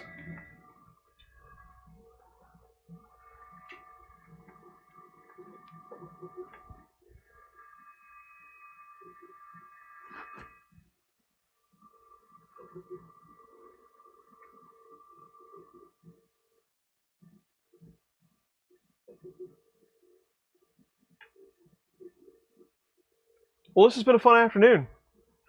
The printer wasn't, after I decided to actually use the correct slicer, the printer wasn't that hard to get set up. It kind of did it all. So that's cool. As you've seen these streams, they don't always go just like that. Nifty.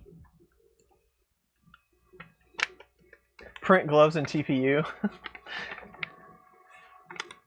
Craftbot are good. Excellent. Alright, James. Take it easy, man. Thanks for joining the stream. I think most of the things that you are hearing are from the fans. There is a extraction fan right on the top of the enclosure. I can see it in the vent. I think that's a lot of what you're hearing.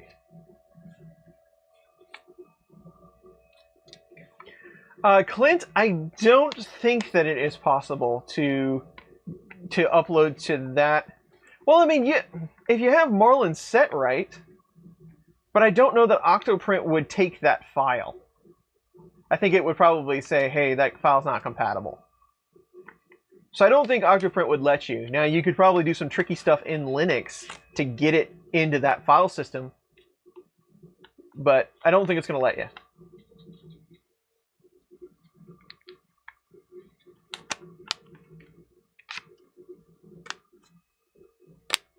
John from Robot Hut is here. What's up?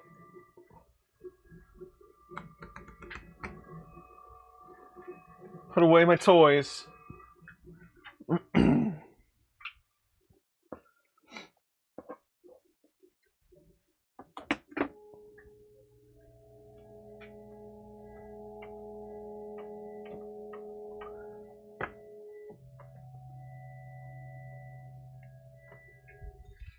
It's all done. Oh, and it plays me a song when it's done, and it brings it out front. Build completed. So if you press down, pull it out, because this is kind of spring-loaded. Cool. Don't touch it, it's hot. It's a pretty nice little sheet.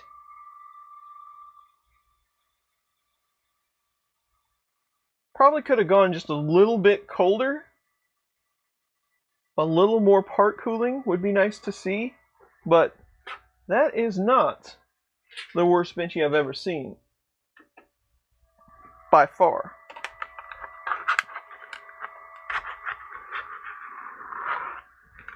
The build tack-ish. Build tack-like, as we like to say. Material does stick to PLA super good. Beware of that. You will pull that sheet off of there.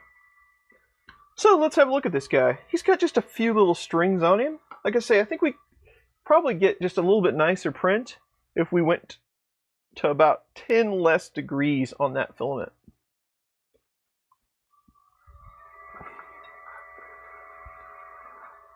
Extreme close-up.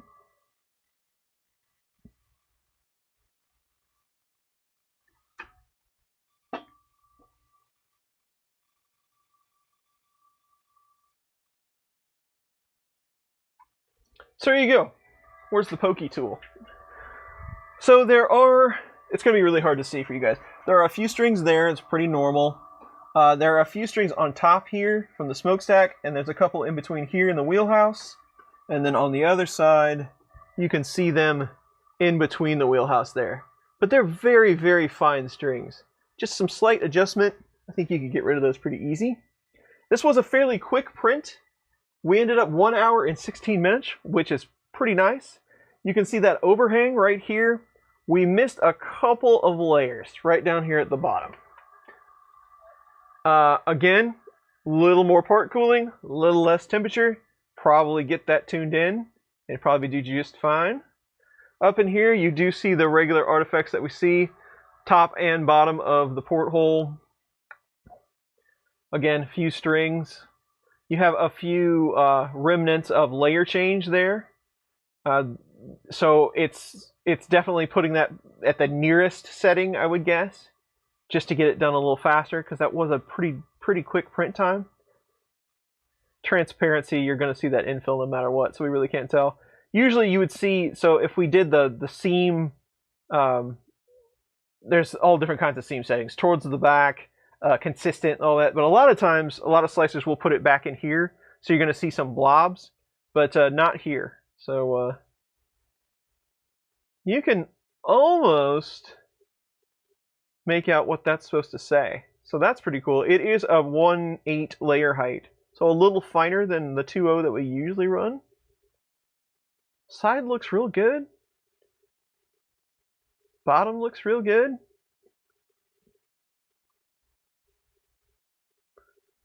I don't know. There are a few, layer paths on the top finish from where it's moving about, but that's not super uncommon. I think if we went through that slicer a little bit and I was a little more familiar with it, we could definitely work a lot of that stuff out. It looks pretty good to me. I'm pretty impressed with it straight out of the box. Just, I don't even know anything about this slicer. I just hit the buttons and this is what we came up with.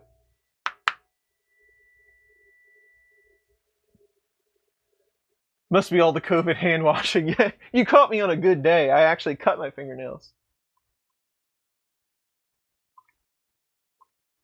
Let's see. There we go. So there's the Benchy of the day, my friends. And there's the Flashforge Adventurer 3 in all of its glory. Not bad. Man, there's a giant fly in here. Yeah, the filament looks pretty good. That's just the generic stuff that came with the printer. We'll see you later, Brian. I am out of here as well. What is the worst Benchy? Recognizable as Benchy? The lowrider Benchy is the worst Benchy, but I guess it's kind of recognizable as a Benchy. I still held on to that one. That's like the worst Benchy that I've seen in a while. But anyway, seems seaworthy. Okay, well that's the end of this one, everybody. Thank you for joining me today.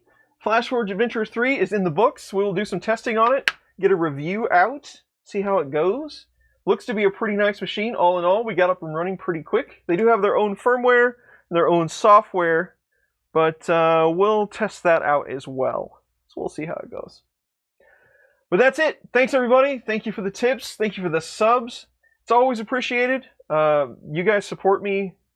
Your support for me is greatly appreciated, and it is awesome. This fly is a monster. It's going to grab me and take me away. But it's always appreciated to see the support, and it really helps me get all this stuff done. But anyway, happy Mother's Day to everybody. We'll see you on the next stream. I got a couple more coming up, so it won't be too long. Later, everyone. Have a good rest of your day.